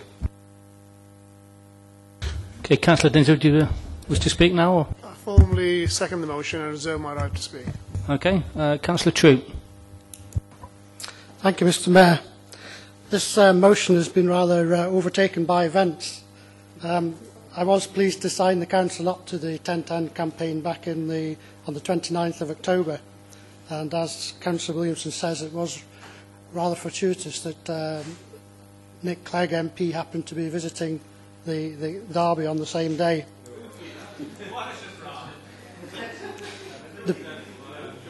There is a programme of activities based around the 1010 campaign which is going to engage with the staff of the Council to motivate staff to achieve the targets that are asked in the 1010 campaign. We've had discussions with our partners in our NI 186, which is the national indicator for the carbon footprint of the whole city, about the 1010 campaign. And there are positive feedback from all of our partners, as I understand it, that they back the 1010 campaign. It's going to be extremely challenging, there's absolutely no doubt about that. As Councillor Williamson says, getting 3% is quite possible. Getting all the way to 10% is going to be a severe challenge, but we're going to try and get as near to it as we possibly can and exceed it if we can. It is important that we do this and for the future sustainability of society. Thank you. Thank you, Councillor Ingle. Yes, thank you, Mr. Mayor. Just to say that we formally will be supporting this motion, and I'm quite sure that myself and the Vice Chair, Councillor Banwaite, will be scrutinising and jollying along a little, because I think so far we've seen a very distinct lack of action from the Liberal Democrat group. Thank you, Mr. Mayor.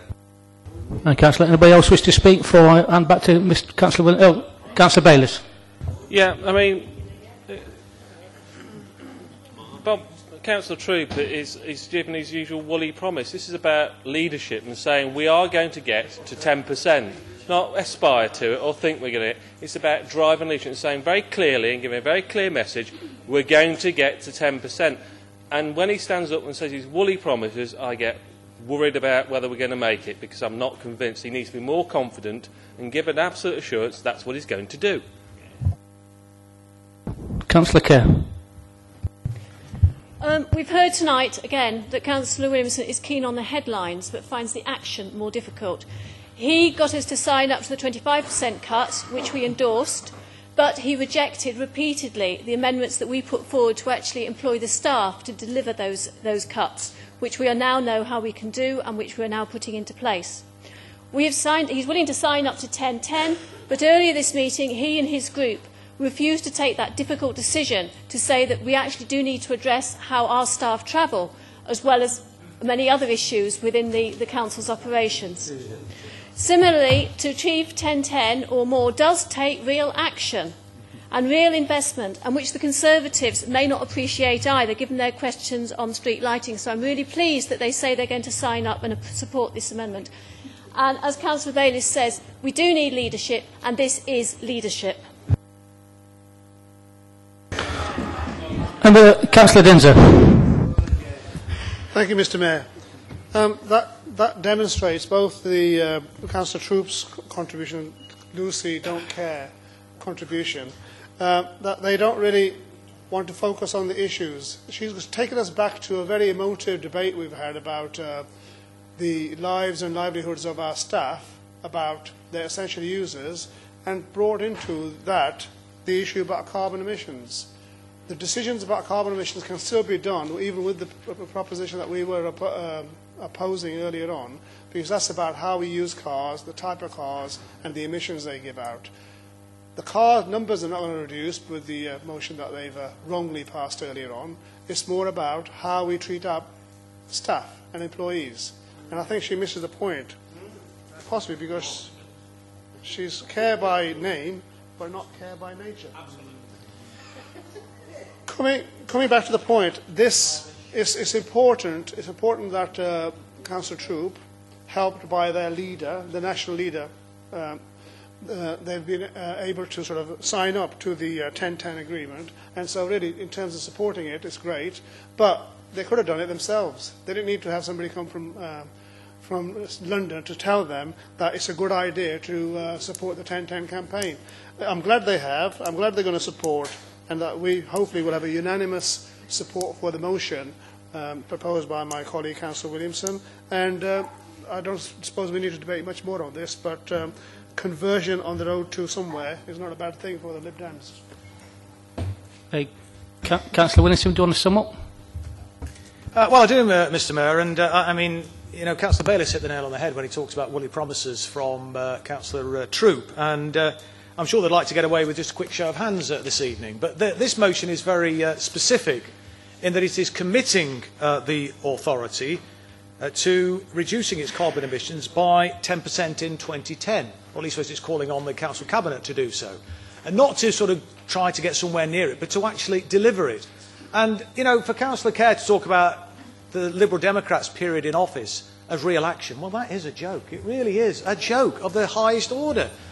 I mean, you've done nothing, Councillor Kerr, since you've been in office to address climate change. And indeed, had you done so, then you would have actually made some progress in relation to our commitment to reduce the Council's carbon emissions by 25%.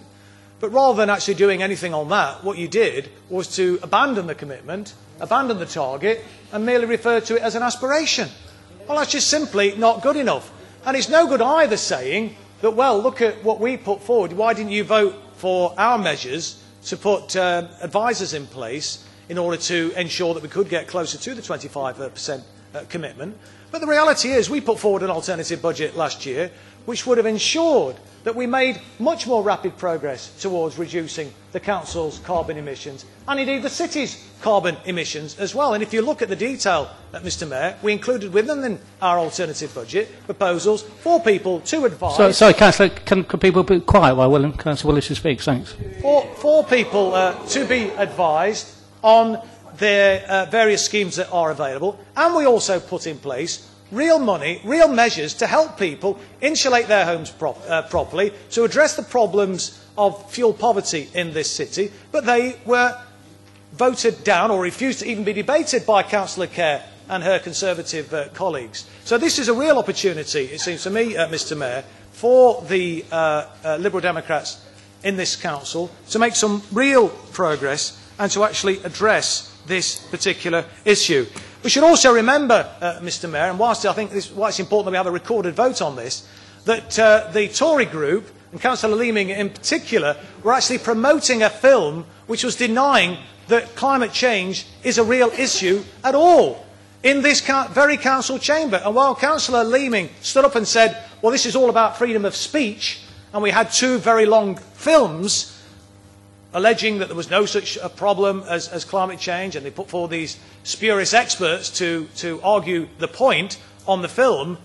When it came to actually having a debate and asking questions, he said, I'm sorry, we talked about freedom of speech, we've run out of time. We've got to be out of the council chamber by 1 o'clock. So, you know, far from, the Tory group on this matter being supportive, there is a very big question mark, it seems to me, hanging over certainly a number of their members. So it does give an opportunity for them to put the record straight. It's not insignificant either, I see, that Councillor Leaming isn't sitting on the Tory benches this evening. Point of order, Mr Mayor. He is quite ill, and that's why he's not here. OK, I withdraw that remark then. But it would have been interesting, had he been here, to see how he voted on this issue. So I will be calling for, and indeed I am calling for, a recorded vote, Mr Mayor, so we can actually get this on the record once and for all, so we know where the Tory group, where the Liberal Democrat group actually stand on this matter, and so we can then scrutinise them and make sure that they do deliver against this 10% commitment, rather than the woolly promise that was put forward by Councillor Troop. Calling for a recorded vote, Mr Mayor. OK, we're going for the recorded vote then, I think. Mr Mayor, will members please indicate whether they are for or against the motion, or whether they are abstaining as I call out their names. Councillor Allen. Councillor Banwaite. Councillor Beattie. Councillor Baxter. Councillor Bayliss. For. Councillor Berry. For. Councillor Bolton. Councillor Kerr. Councillor Carr. Councillor Shearer. Councillor Davis. Not here. Councillor Dinser. Councillor Gins. Councillor Graves. Councillor Grimmadell. Councillor Harwood. Councillor Hickson. Councillor Higginbottom.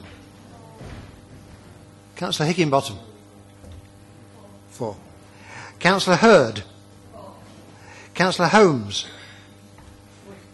Councillor Holmes. Councillor Hussain.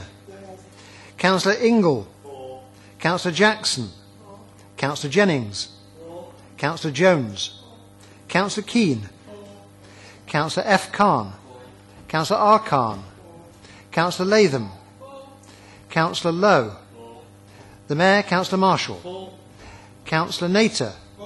Councillor Nath. Councillor Poulter. Councillor Rawson. Councillor Redfern. Councillor Repton. Councillor Richards. Councillor Roberts.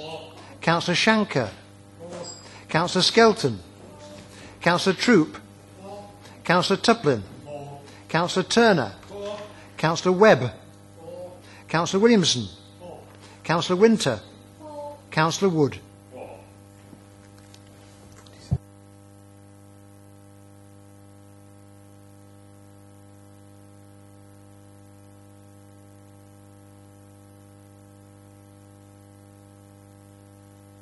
I believe that's carried then. Okay, moving on then. The next motion carried over is Councillor Holmes to move and Councillor Jennings to second. Councillor Holmes. Thank you, Mr. Mayor. I'm sure that everyone of us in this chamber have dealt with problems in our wards due to building developments in residential areas. I bring this motion to Council in an attempt to promote high standards, to encourage builders and contractors to take pride in their sites, and most importantly of all, to ensure the development proceeds without making life unpleasant for those who live nearby. While I understand that the Council already has powers that it can choose to impose, I mean, I've been involved in getting noise abatement orders put in place in Chellaston and Shelton Lock, for example. In my view, being reactive in this way is a poor substitute for agreeing formally, very clearly, what is acceptable and what is not as part of the planning process. In the past as a candidate, now as a councillor, I've dealt with residents who have really suffered due to building developments close to their homes. Just some examples are having to endure significant noise at unsociable hours and then throughout the day. They've suffered dust and dirt that covers their property and they've not been able to open their windows. Work vehicles have blocked their access, and in some cases, workmen and contractors have behaved appallingly. Meanwhile, the developers project manage at arm's length, seemingly only concerned with completing the scheme and staying within budget. Now, I accept that not all builders and developers and contractors the contractors they employ behave in this way, but a lot of the problems that do occur could be avoided with consideration coupled with clear agreement on working practices. Working as a council to redress the balance towards residents, both during and following the planning process, can only be a good thing. We do need to recognise the need to restore public confidence. We all understand only too well that council planners in many cases don't have the required powers or remit to stop residential developments, especially since the reclassification of back gardens from greenfield to brownfield made by the present government back in 2000. Of course, all residential developments should be considered on their own merits. However, because of Labour's decision, over the last 7 or 8 years, we've seen an explosion of high-density developments in the city suburbs, specifically aimed at redeveloping gardens or small sites that border residential housing. This week, Labour ministers finally said that they will amend the planning guidance to say that there is no presumption in favour of granting applications for housing development on garden land.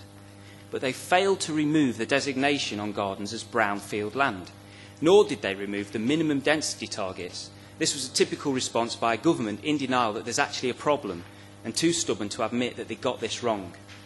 I'm glad that the Conservatives continue to stand by our pledge that if we form the next government, we'll help local people protect the character of their area and give new powers to councillors to allow them to stop garden grabbing, ruining local neighbourhoods. It's true that in the recession, it's offered us some respite with developers scaling back their projects. But this is an ongoing issue, and we have an opportunity tonight to ask the Planning Control Committee to work with officers and consider how the Council can adopt a scheme that would be low cost to the taxpayer and seeks to restore at least some of the public confidence that has been lost due to the effects of planning applications on local people. The Conservative group are already working with officers on a possible scheme, and we are looking here tonight for cross-party support. Thank you. Thank you, Councillor Holmes. Councillor Jennings, would you? Can I formally second the motion and reserve my right to speak, Mr Mayor? Okay. Anybody else wish to speak on that? Councillor Carr. Thank you, Mr Mayor. Whilst on the face of it this seems like an excellent idea, and I agree with many of the things that Councillor Holmes has outlined in terms of the disruption and so on, I'd just like to point out that every single application approved can have those restrictions applied to it on its own merits, and doing this as a blanket will remove flexibility from people. Say you've got a developer who wants to develop something in an area that is not close to any resident, he will still be bound by these rules, thus putting up his costs. I therefore will be voting against this motion. Councillor Baxter. Yes, Chairman. I'm a little bit bothered about what Councillor Holmes said, talking about garden developments, and clearly the last sentence in the second paragraph, low cost for the council to operate and exclude householder developments. Well, having been on the Planning Committee for a reasonable amount of time, if we start looking at applications to exclude these sorts of development, we will be in very serious trouble, and I would imagine that most developers who get this refusal that is not legal will certainly go to appeal, and I think we shall then end up in more trouble than it's worth. Councillor Troop. I've been advised by our enforcement officers that we already have powers to control construction noise that comes with the Control of Pollution Act, and our pollution team already advise building firms and intervene in cases where such noise problems do arise. They work to guidelines which are exactly the same as the times that are in the motion, and therefore from a point of view of enforcement it is quite unnecessary. Councillor Jennings. Thank you, Mr Mayor. I think we seem to be missing the point here. The motion is all about introducing a considerate builder scheme. This operates across the country in many different councils. The prime example I'll give you is Westminster Council. If you'd like to go and look at their website, it gives you a very detailed explanation of how it works. And basically what we're asking for is not... I'll give you one example. In Shelton Lock we had a bungalow that was taken down and replaced by 13 houses. And during that time of the build of the 13 houses, the residents who lived either side of that property and across the road had a nightmare. We tried and tried and tried. We worked with the council enforcement team to get those contractors on side, to get them working in good relations with the residents. And yes, over a period of time we succeeded. But the problem came because the council enforcement officers had to go out every time and try and prove that the contractors were actually doing something wrong. So if you've got a contractor, for example, who's starting work at 8 o'clock in the morning, but he's got a concrete delivery at 5 in the morning, where's the enforcement officer? Still in bed. So they're never going to catch them. What the scheme we're proposing is a voluntary scheme that we will offer as a council to builders, to contractors, to sign up to be awarded a council charter mark as a considerate builder. They will then voluntarily adopt that code, and they will apply that code to their suppliers as well. So that when they are building a scheme, if they start work at 8 o'clock, they will say to their suppliers, don't turn up before 8 o'clock. That's what we're asking for. We're asking for a common sense approach. It's a non-political issue. It's for the benefit of the residents of Derby. It's self-financing. It can be self-financing. If you look at the Westminster website, for example, If it's a very small operation, a very small builder, he could apply to the council for a charter mark for, say, and this is an example, £50 for the year. If it's a bigger company like Boma and Kirkland, then obviously there would be a sliding scale rate of application, and that would actually self-finance one officer to administer the scheme. It's not a difficult proposal. It shouldn't be political. It should be about the benefits of the residents of Derby. And now I've tried to explain that a little bit more. I would hope that it gets cross-party support. Councillor Kerr. I appreciate the further explanation, but I'm sorry, I'm still a sceptic on this. It seems surprising to me that we have the Conservative group suggesting something which is in effect more red tape. This is something which the Planning Control Committee can look at on a case-by-case basis. Having a voluntary scheme will still require some sort of enforcement. It's not going to require people in any mandatory way to prevent their concrete arriving at inappropriate times in the morning.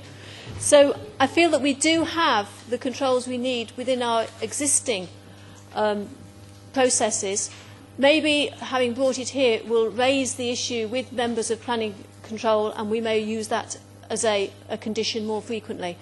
But I don't think it's something that we need to set up a new process for at the moment, which I don't have the confidence that it would be self-financing as you seem to.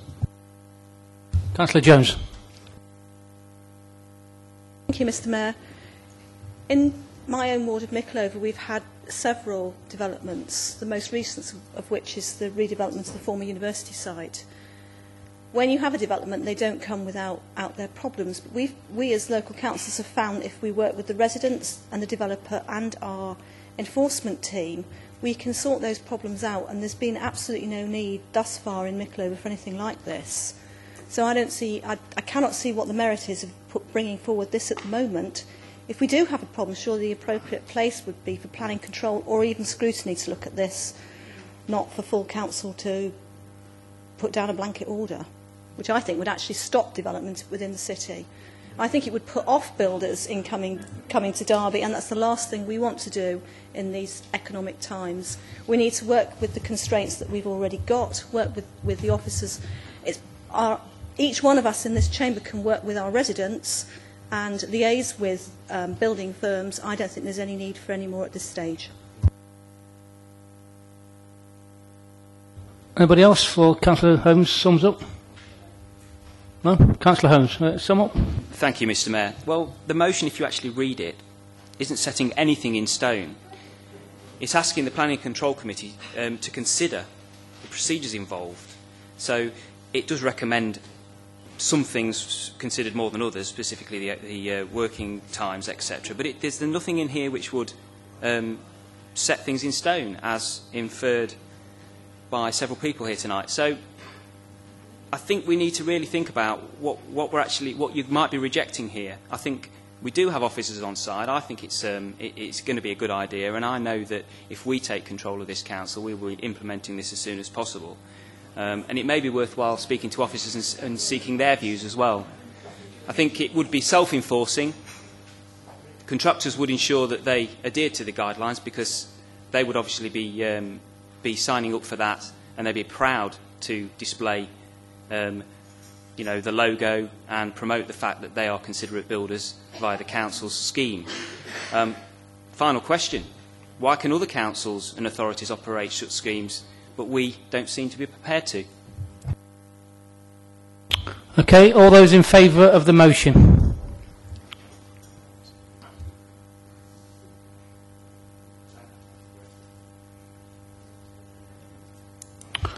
All those against?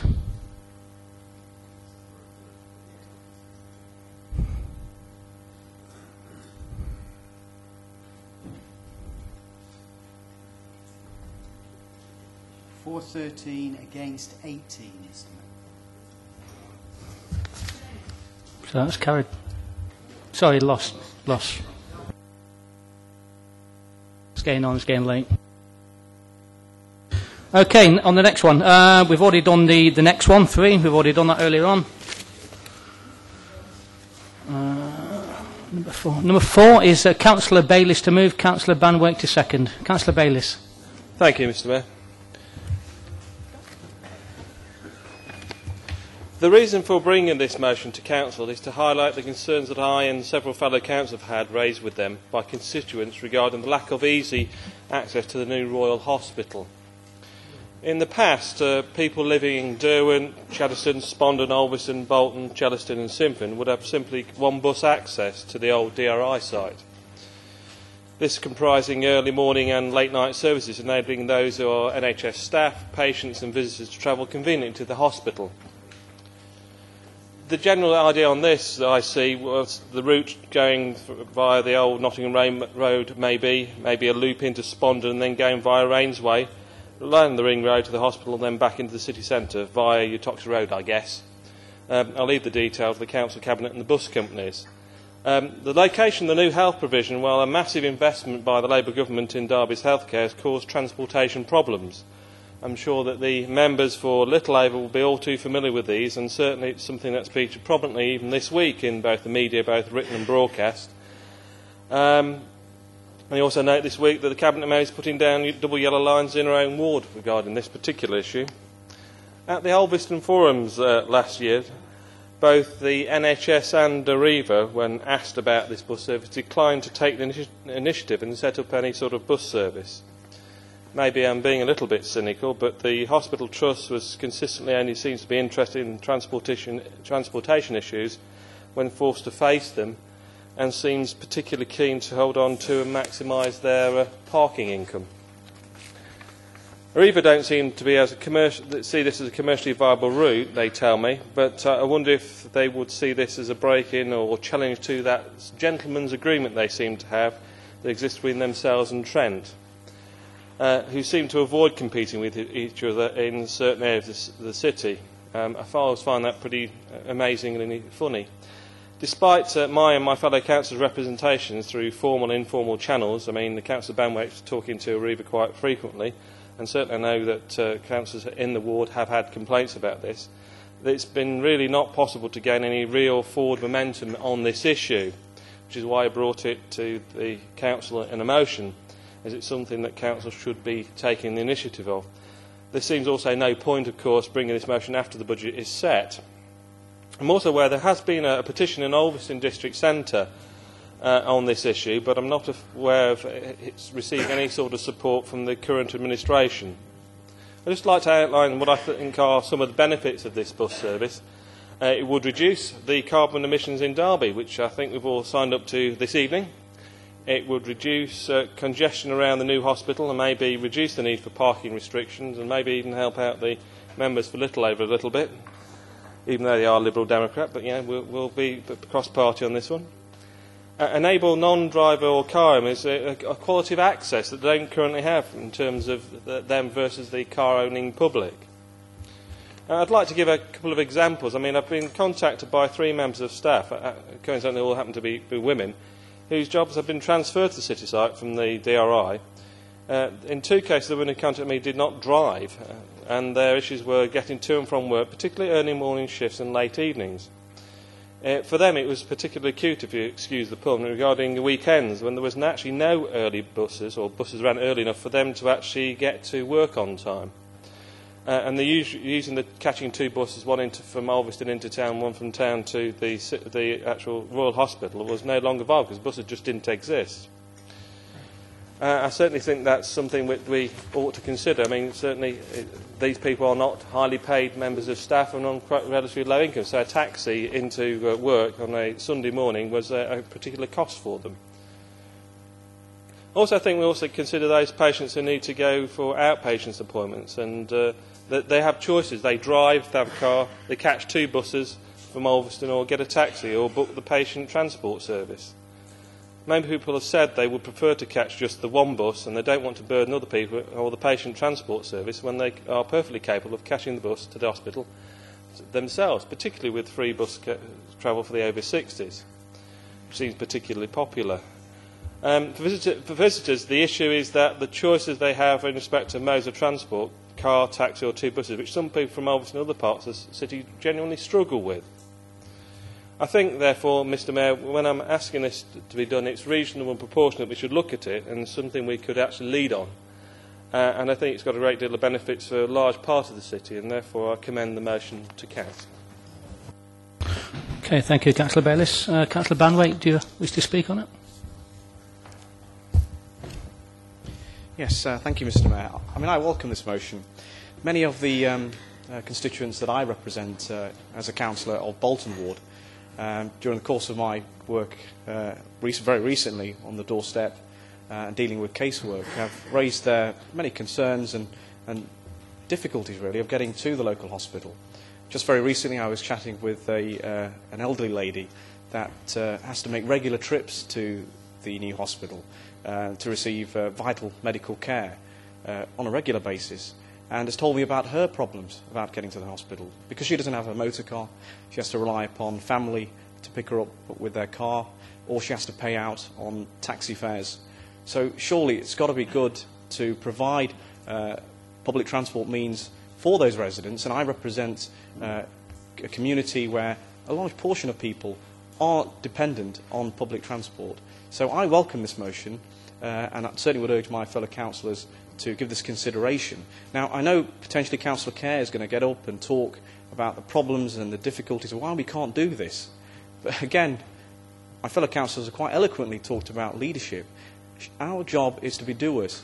Let the officers work out the details. Let's provide the will, and I think there is a creative solution here, and we've got some really robust partnership in place with the likes of Arriva. Let's take benefit of those, and let's work with them to bring this solution to effect. Thank you very much.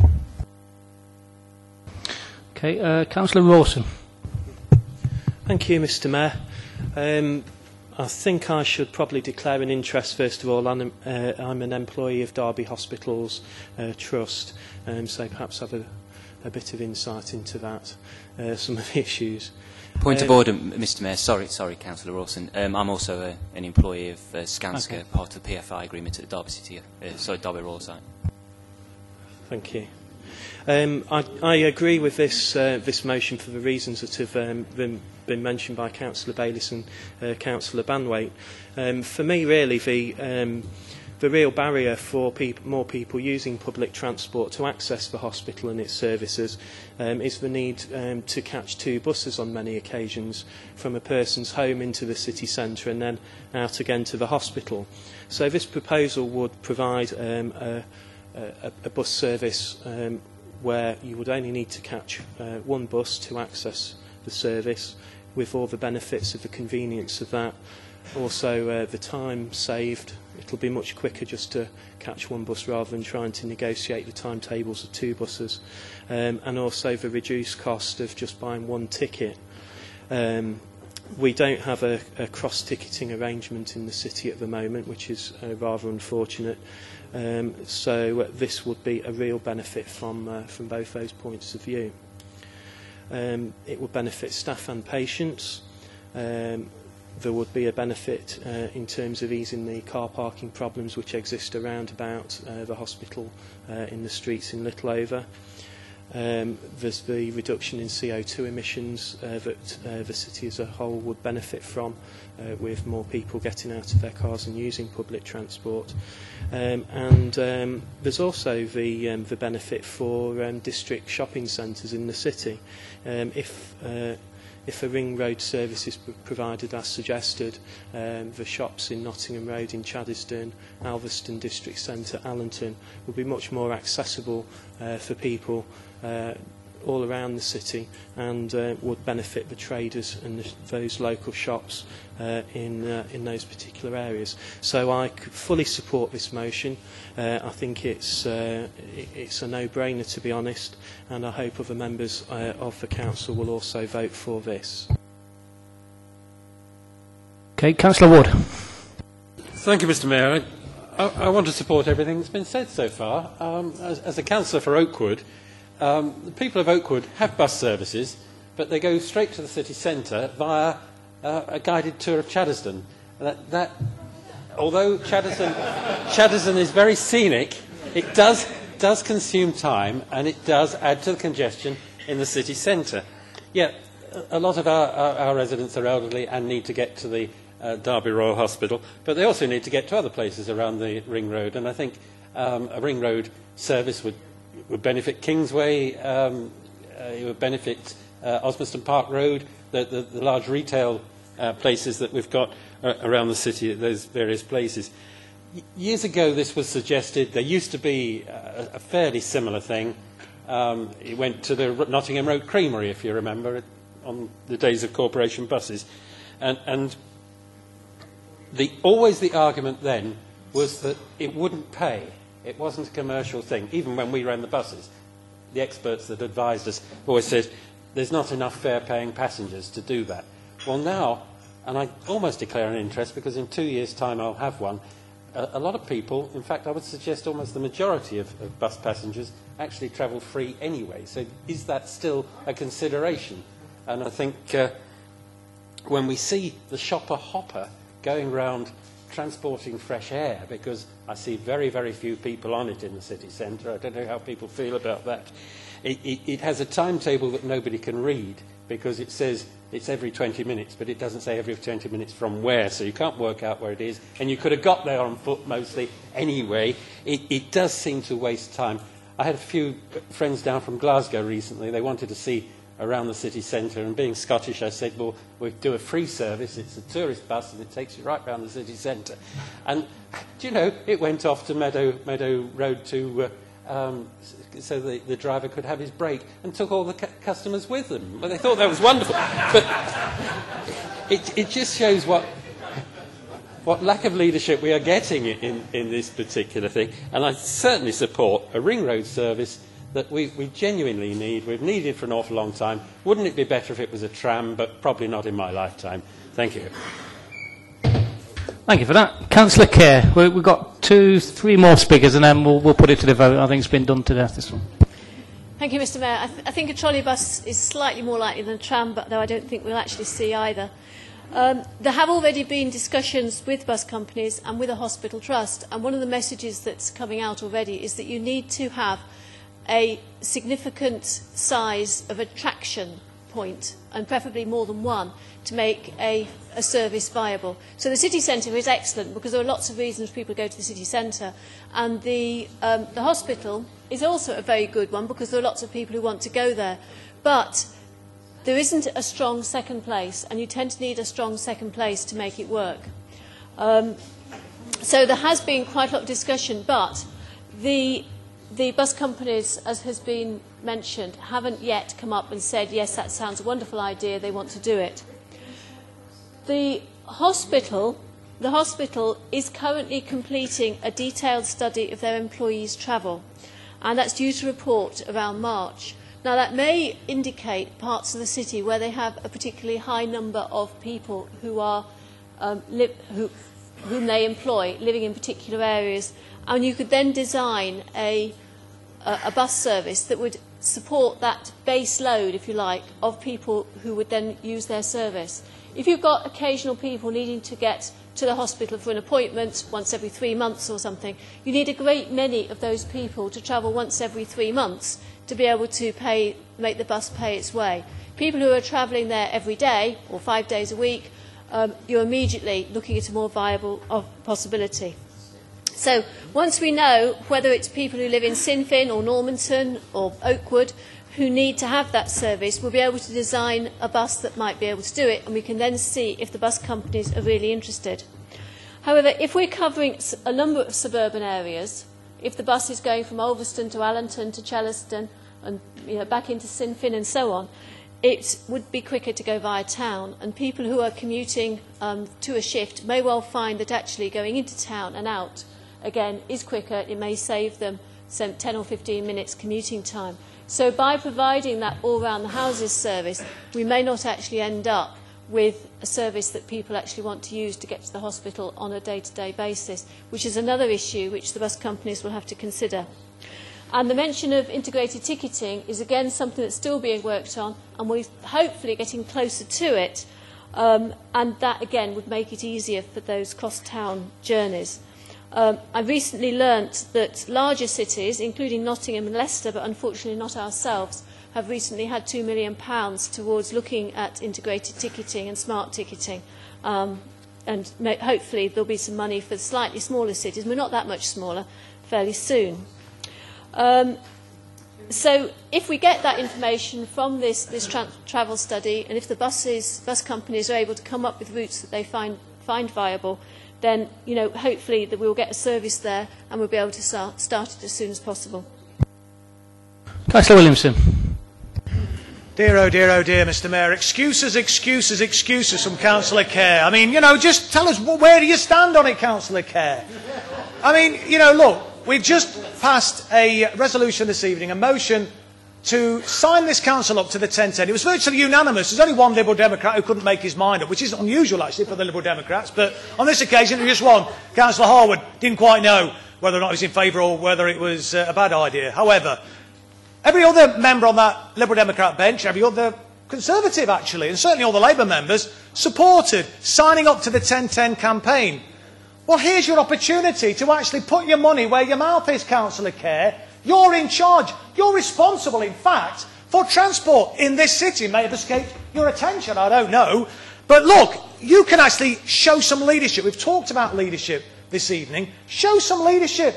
You've aspired to take control of the council. But what have you done since you've been in charge of the council? The answer is absolutely nothing. Absolutely nothing when it comes to transport, when it comes to climate change, when it comes to social care. Whichever area of policy you want to look at, and in particularly in Councillor Kerr's area, you have been left wanting. Well, here's an opportunity. Not 15 minutes ago, we signed up almost unanimously to the 1010 campaign. Well, come on, do something now. Actually support this proposal.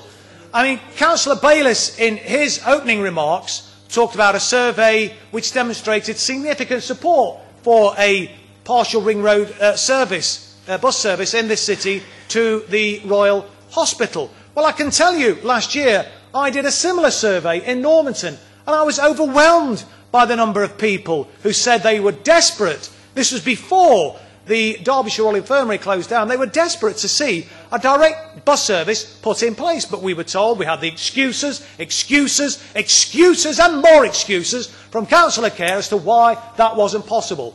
And the Tories aren't blameless here either, because I hesitate to mention the alternative budget, but in the alternative budget last year we had a very clear commitment on a number of areas, one of which was some futures planning looking at the impact of the closure of the Derbyshire Royal Infirmary on transport, on traffic congestion, on parking problems, not in a Labour ward, not in a Tory ward for that matter, but in a Liberal Democrat ward.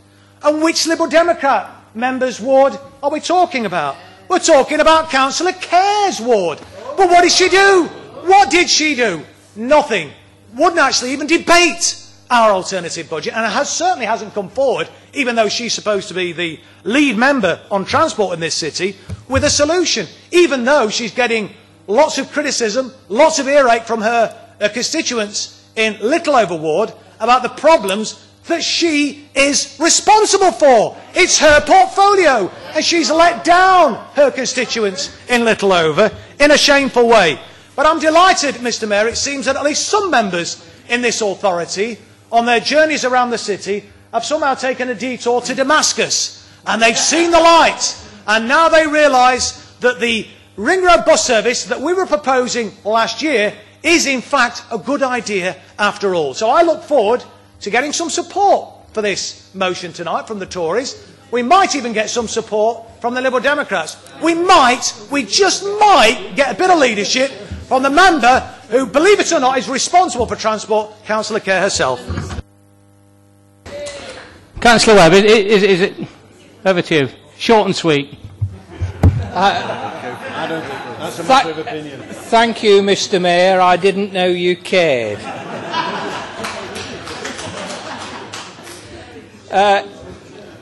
Councillor Williamson, I represent an affluent ward in this city, probably the highest population of older people in the city, and definitely the highest car ownership. So why would I be supporting a ring road bus service? No, not free bus passes. I, like Councillor Wood, have got 2 years to wait for that. Derby University have been causing us in Allestree and Darley Ward some parking problems with vehicles from university students. And part of their solution to the problem, along with parking restrictions that we are introducing, is a bus service for students. But not only for students, for any person who would like to use it. And where does that bus service go from? Well, it goes from the entrance to Derby University. And where does it go to? It goes to, is it the Royal? Well, it does every 20 minutes. And the university have funded that, and it's a commercial service. And believe it or not, even in the leafy suburbs of Allestree, it's a success because there's lots of people using it. So I would suggest to our illustrious bus company owners out there that they should look at this particular service, see how successful it is, and never mind the excuses, Lucy, knock their flipping heads together and get this sorted out. I sat on the bus partnership group 2-3 years ago, and money was found from additional car parking charges to support a ring road service for the hospital. And it never came to fruition because the bus companies said we couldn't subsidise it enough. Look at the university service, look at the figures that they are getting on that service, and it is commercially viable even when you've got the highest car ownership in the city. So it will be used. Just make sure it's there to be used. Councillor Dinser, last speaker, and then I'll get to Councillor Bayliss to sum up. Mr Mayor. I mean, everybody said, except Lucy, don't care. Everybody else, I think, is supporting this motion. So all I want to say is endorse Councillor Williamson's survey in Normanton Ward, where, as chair of the neighbourhood board, we certainly have had in the 3 forums that we have in Normanton Ward, this issue identified, and the need for a service that can take them directly to the hospital has a priority. We've had the officers, senior management officers from the hospital visit us, and they've been told in no uncertain terms what the needs are of the residents of Normanton Ward. And I can see it's replicated within other wards as well. They went away saying that they will consider it. Councillor Kerr today talked about in March they might make some deliberations. They might take March, they might take till March, they might be April, May, June, July. We need to show leadership through the City Council. We have a responsibility, not only what we can do in terms of influencing transport services within the city, but also leadership with other agencies, the bus services, the hospital, the universities, to get them together and try to progress this. This is a strongly needed request, and I think we've got unanimous support on this. And I think really Lucy Kerr, as a cabinet member who should be leading on this, should now lead, following everybody else in this chamber who said, this is a good idea, let's get on with it, let's show some leadership and progress this in a way that it hasn't done so far. Thank you. Okay. Councillor Bayliss, brief summing up. A brief summing up. I mean, I kept the motion simple so that even Councillor Kerr could understand it, and I think she now does. It's about leadership and vision. We've had contributions for both parliamentary candidates for Derby North here, and I think I know which one won. And hopefully we'll have some cross-party support on this one to force the cabinet member to take some action, because I mean I believe she said what I do Lowclair will do nationally for Derby North. Well, let's see if you get prodded and pushed and forced into doing something, then maybe that doesn't augur too well for the elections to come. But I move the motion and move to the vote, Mr Mayor. Okay, all those... Mr Mayor, can we have a recorded vote, please? Recorded vote. Mr Mayor, will members please indicate whether they are for or against the motion, or whether they are abstaining as I call out their names. Councillor Allen. Councillor Banwaite. For. Councillor Beattie. Councillor Baxter. Councillor Bayliss. Councillor Berry. For. Councillor Bolton. Councillor Kerr. Councillor Carr. For. Councillor Shearer. Councillor Davis. Councillor Dinser. Councillor Gins. Councillor Graves. Councillor Grimmadell. Councillor Harwood. Councillor Hickson. Councillor Higginbottom. Councillor Hurd. Councillor Holmes. Councillor Hussain. Councillor Ingle. Councillor Jackson. Councillor Jennings. Councillor Jones. Councillor Keane. Councillor F. Khan. Councillor R. Khan. Councillor Latham. Councillor Lowe. The Mayor, Councillor Marshall. Councillor Nater. Councillor Nath. Councillor Poulter. Councillor Rawson. Councillor Redfern. Councillor Repton. Councillor Richards. Councillor Roberts. Councillor Shanker. On the bus. Councillor Skelton. Councillor Troop. Councillor Tuplin. Councillor Turner. Councillor Webb. Councillor Williamson. Councillor Winter. Councillor Wood. That's all but...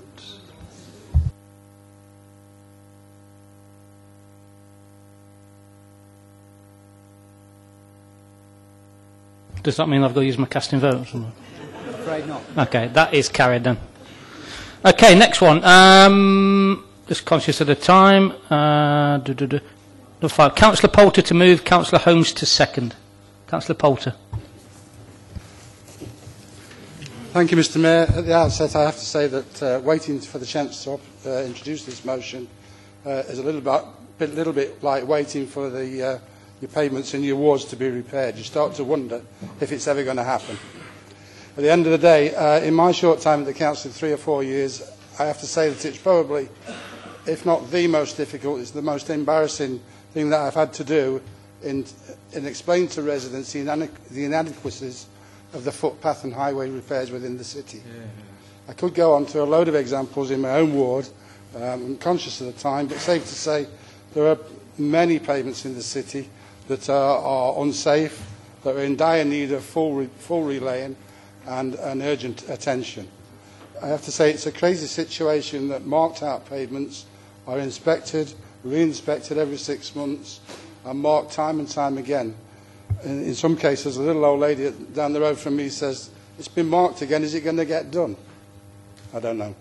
Stretches of footpath have been earmarked for resurfacing and included in the work programme year on year, year on year. People in my ward say, "What's happening?" It's going to be done. It's in the work programme for this year. I've stopped telling people that sort of thing. I've stopped telling people it's due to be done. I've even gone to the extent that now maybe next year, or I don't know, because I don't know. We don't know when the pavements are going to be repaired properly. I ask myself why I'm unable to answer the residents' questions and give them the answers that they want and they deserve. The reason why things are getting worse is the lack of investment and the failure of this administration to prioritise our highways. In fact, the opposite is true. In 0809, all planned footway renewal maintenance to a total value of £400 and other elements of the planned maintenance were abandoned and funds transferred. Why was this? This was because the money was needed for potholes and Can I have a bit quiet while Councillor Poulter speaks? Derby roads were incapable of the productivity and capacity necessary to deliver the footpath repairs. and as a result the maintenance budget was £369,000 underspent.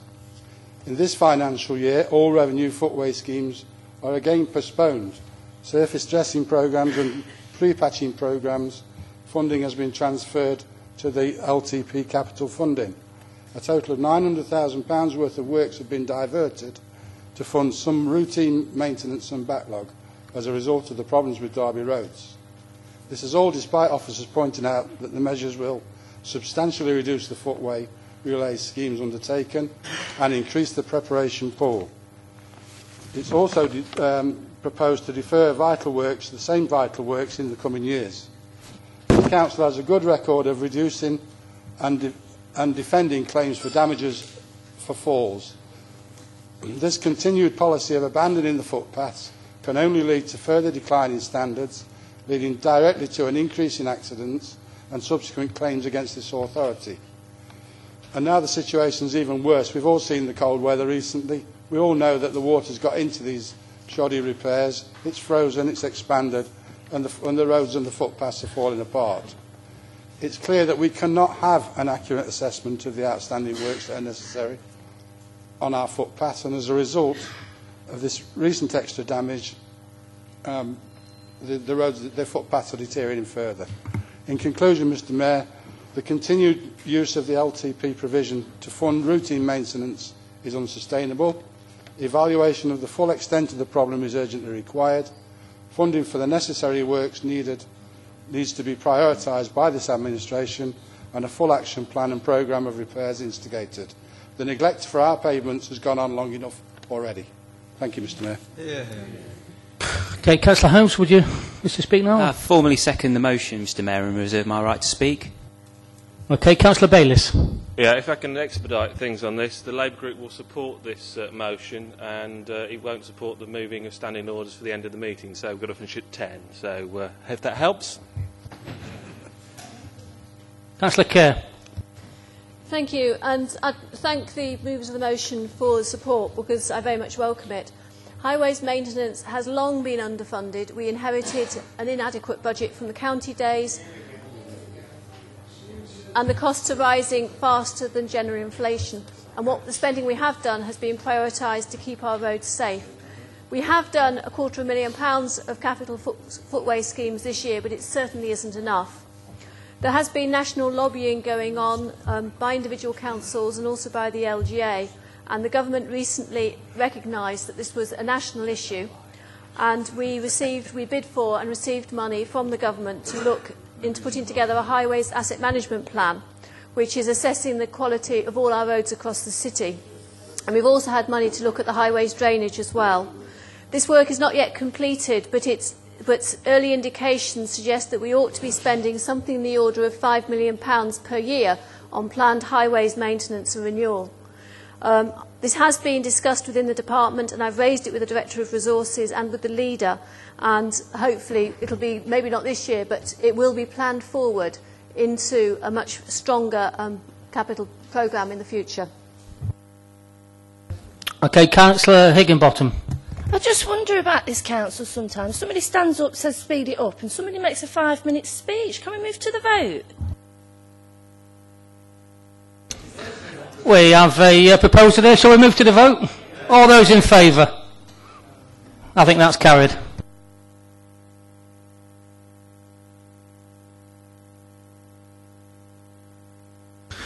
Our next motion is Councillor Wood to move and Councillor Grimmadale to second. Councillor Wood. Thank you, Mr Mayor. I'll try and be fairly brief. You've all read the motion as it's printed. I was in this chamber 30 years ago. I think I was on the planning committee even before Councillor Baxter, although I took something of a career break. You don't off-exaggerate, you do, I tell you. And in the 1970s, there were people telling us that the ring road was going to be built very, very quickly, and that it would take the capacity of cars, this date way into the future, 2002. And we all gasped that there would ever come a date, 2002, and what traffic would be like in those days. Well, we're still not there, but we're almost there, and I, for one, can't wait to drive on that, that new road. Let's hope that it's not an M25 situation where once you've built a road everybody uses it and it just gets a bit more congested. But I do think we have a situation in Derby now where, yes, we have leadership telling us to do what Norman Tebbit said and get on your bike and wear bright yellow and paint yellow lines all over the place, but they don't do very much for the majority of us. And I'm saying the majority of us, which is the majority of us in this chamber, and the majority of the people we represent, they drive cars. And it's time, although we're doing something about buses and we've got something through this evening, which I think is very, very promising.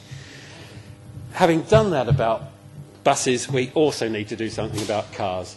3 wonderful things have happened to Derby in the last few years.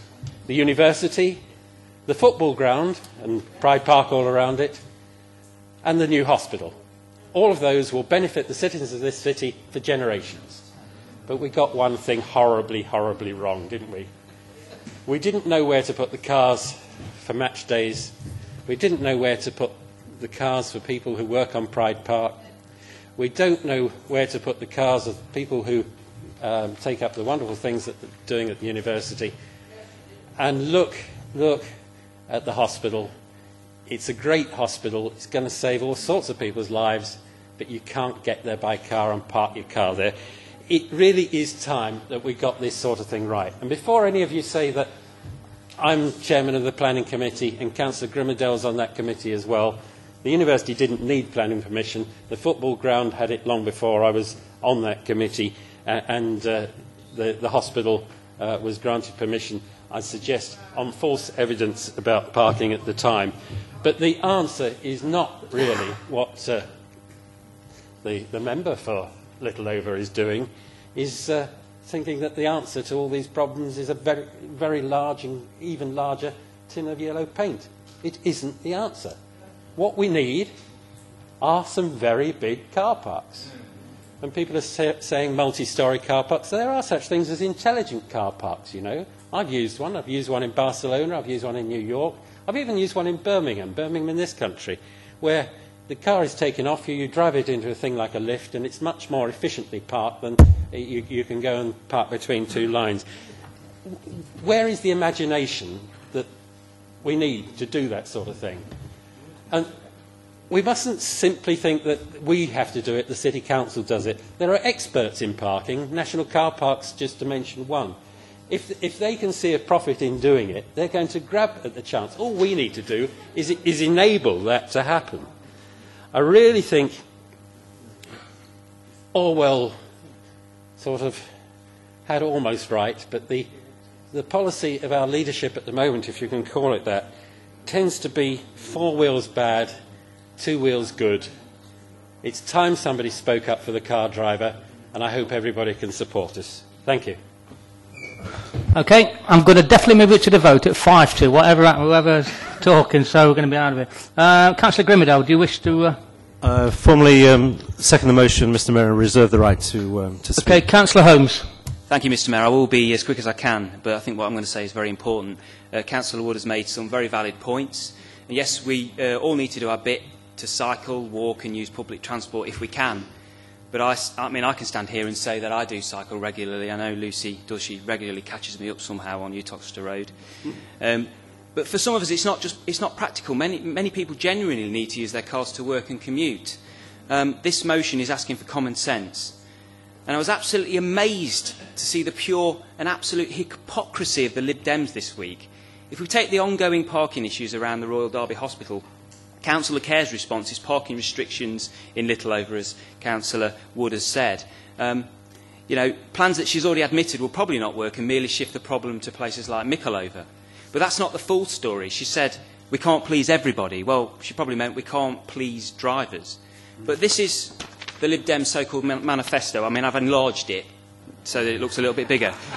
And they pledged to scrap parking metres in Littleover. Well, would you believe it, Councillor Banway? Do you know what they're proposing to do? Parking metres in Littleover. That's after saying, you know, local people are determined to stop the metres and I and my Liberal Democrat colleagues will continue to fight these parking metre plans every step of the way, etc., etc. They even said Labour were living in cloud cuckoo land. Well, I can say now that probably it's them. Apart from proving that you can't trust the Lib Dems, it's this kind of flawed policy decision that this motion aims to stop. Thank you. Councillor Troop. Thank you, Mr Mayor. The aim of this motion seems to be to have car parks as big as required, wherever they are needed. If that were done, much of our development land would be covered by car parks. On Pride Park, for example, buildings would have to be demolished to provide convenient parking. But not without difficulty, the businesses on Pride Park have learnt to live with lower parking provision through implementing travel plans. In addition, if car parking were provided for everyone who may want it, the resultant traffic jams would prevent people from getting to their destination in a reasonable time, and public transport would be stuck in the jams too, so there would be no point in catching the bus either. The air quality management areas in Derby are strongly linked to traffic pollution. Improvements in engine design help to solve this but are insufficient. The volume of traffic must be reduced. This can be done by encouraging modal shift to more environmentally forms of travel. While we live in a free country, we do not want to be forcing people to behave in a certain way. But policies need to be framed to encourage helpful behaviour and actions while discouraging damaging ones. I cannot see that the emphasis on car travel in this motion helps in this regard. Councillor Keir, I'll allow you in, but briefly. Okay. Traffic is continuing to grow, and in Derby as well as elsewhere, and more traffic means longer queues and longer journey times. Providing people with a car park at the end of their journey means that more people will choose to drive. And you're absolutely right that we need to do something about cars, but the answer is not very big car parks. If we have more cars, then it's going to mean that city growth is likely to be more difficult and the queues are going to get longer and longer. Regarding the parking meters, I don't think it's actually Little Overwalled. We've got a little bunch of car parking meters outside the City Hospital at the moment. And if that's the piece from the Evening Telegraph, it's highly... No, it's not in Chain Lane. No, the parking meters are north... No, it isn't. On Northmead Way, and it's a misleading article which we've already complained about, but we didn't want to do anything about it. We need to provide alternatives for the car. The Inner Ring Road designs both to help reduce the queuing and to help those other modes. And for car journeys to be efficient, we need to go on encouraging people to take those alternatives, because Derby doesn't have the space enough to turn over to cars and still be the economic miracle that it is. There is new policy development which the motion mentions happening at the moment. There's the core strategy of the local development framework, there's Local Transport Plan 3, and there's also the partial review of the Regional Spatial Strategy, which is looking at transport issues. All three allow people to have input into what we ought to be doing on transport policy, and I encourage people both here in the chamber and listening to us and listening in the future to the recording to take part in that if it's still ongoing in terms of the people who are listening in the future. So I welcome the publicity that this motion has given to this consultation, and we need to consider whether it's what a reasonable distance to parking is. Does that mean as close as possible, or does it mean that so that people can park and ride, or park and walk, or even park and cycle to their destination? I know it's nice to park nearby. I have a car. I use my car when it's appropriate to do so. In fact, I was using it last night. But for a better quality of life, in Derby, we need to decide what that reasonable distance to parking is. Thank you very much. Councillor Wood, just sum up briefly. We'll put it to the vote. Let's put it to the vote. Okay. All those in favour of the motion? All those against? That's carried. Do you want to start the other one? No? Okay. Meeting closed then. We'll carry on to the next one. Have a safe journey home.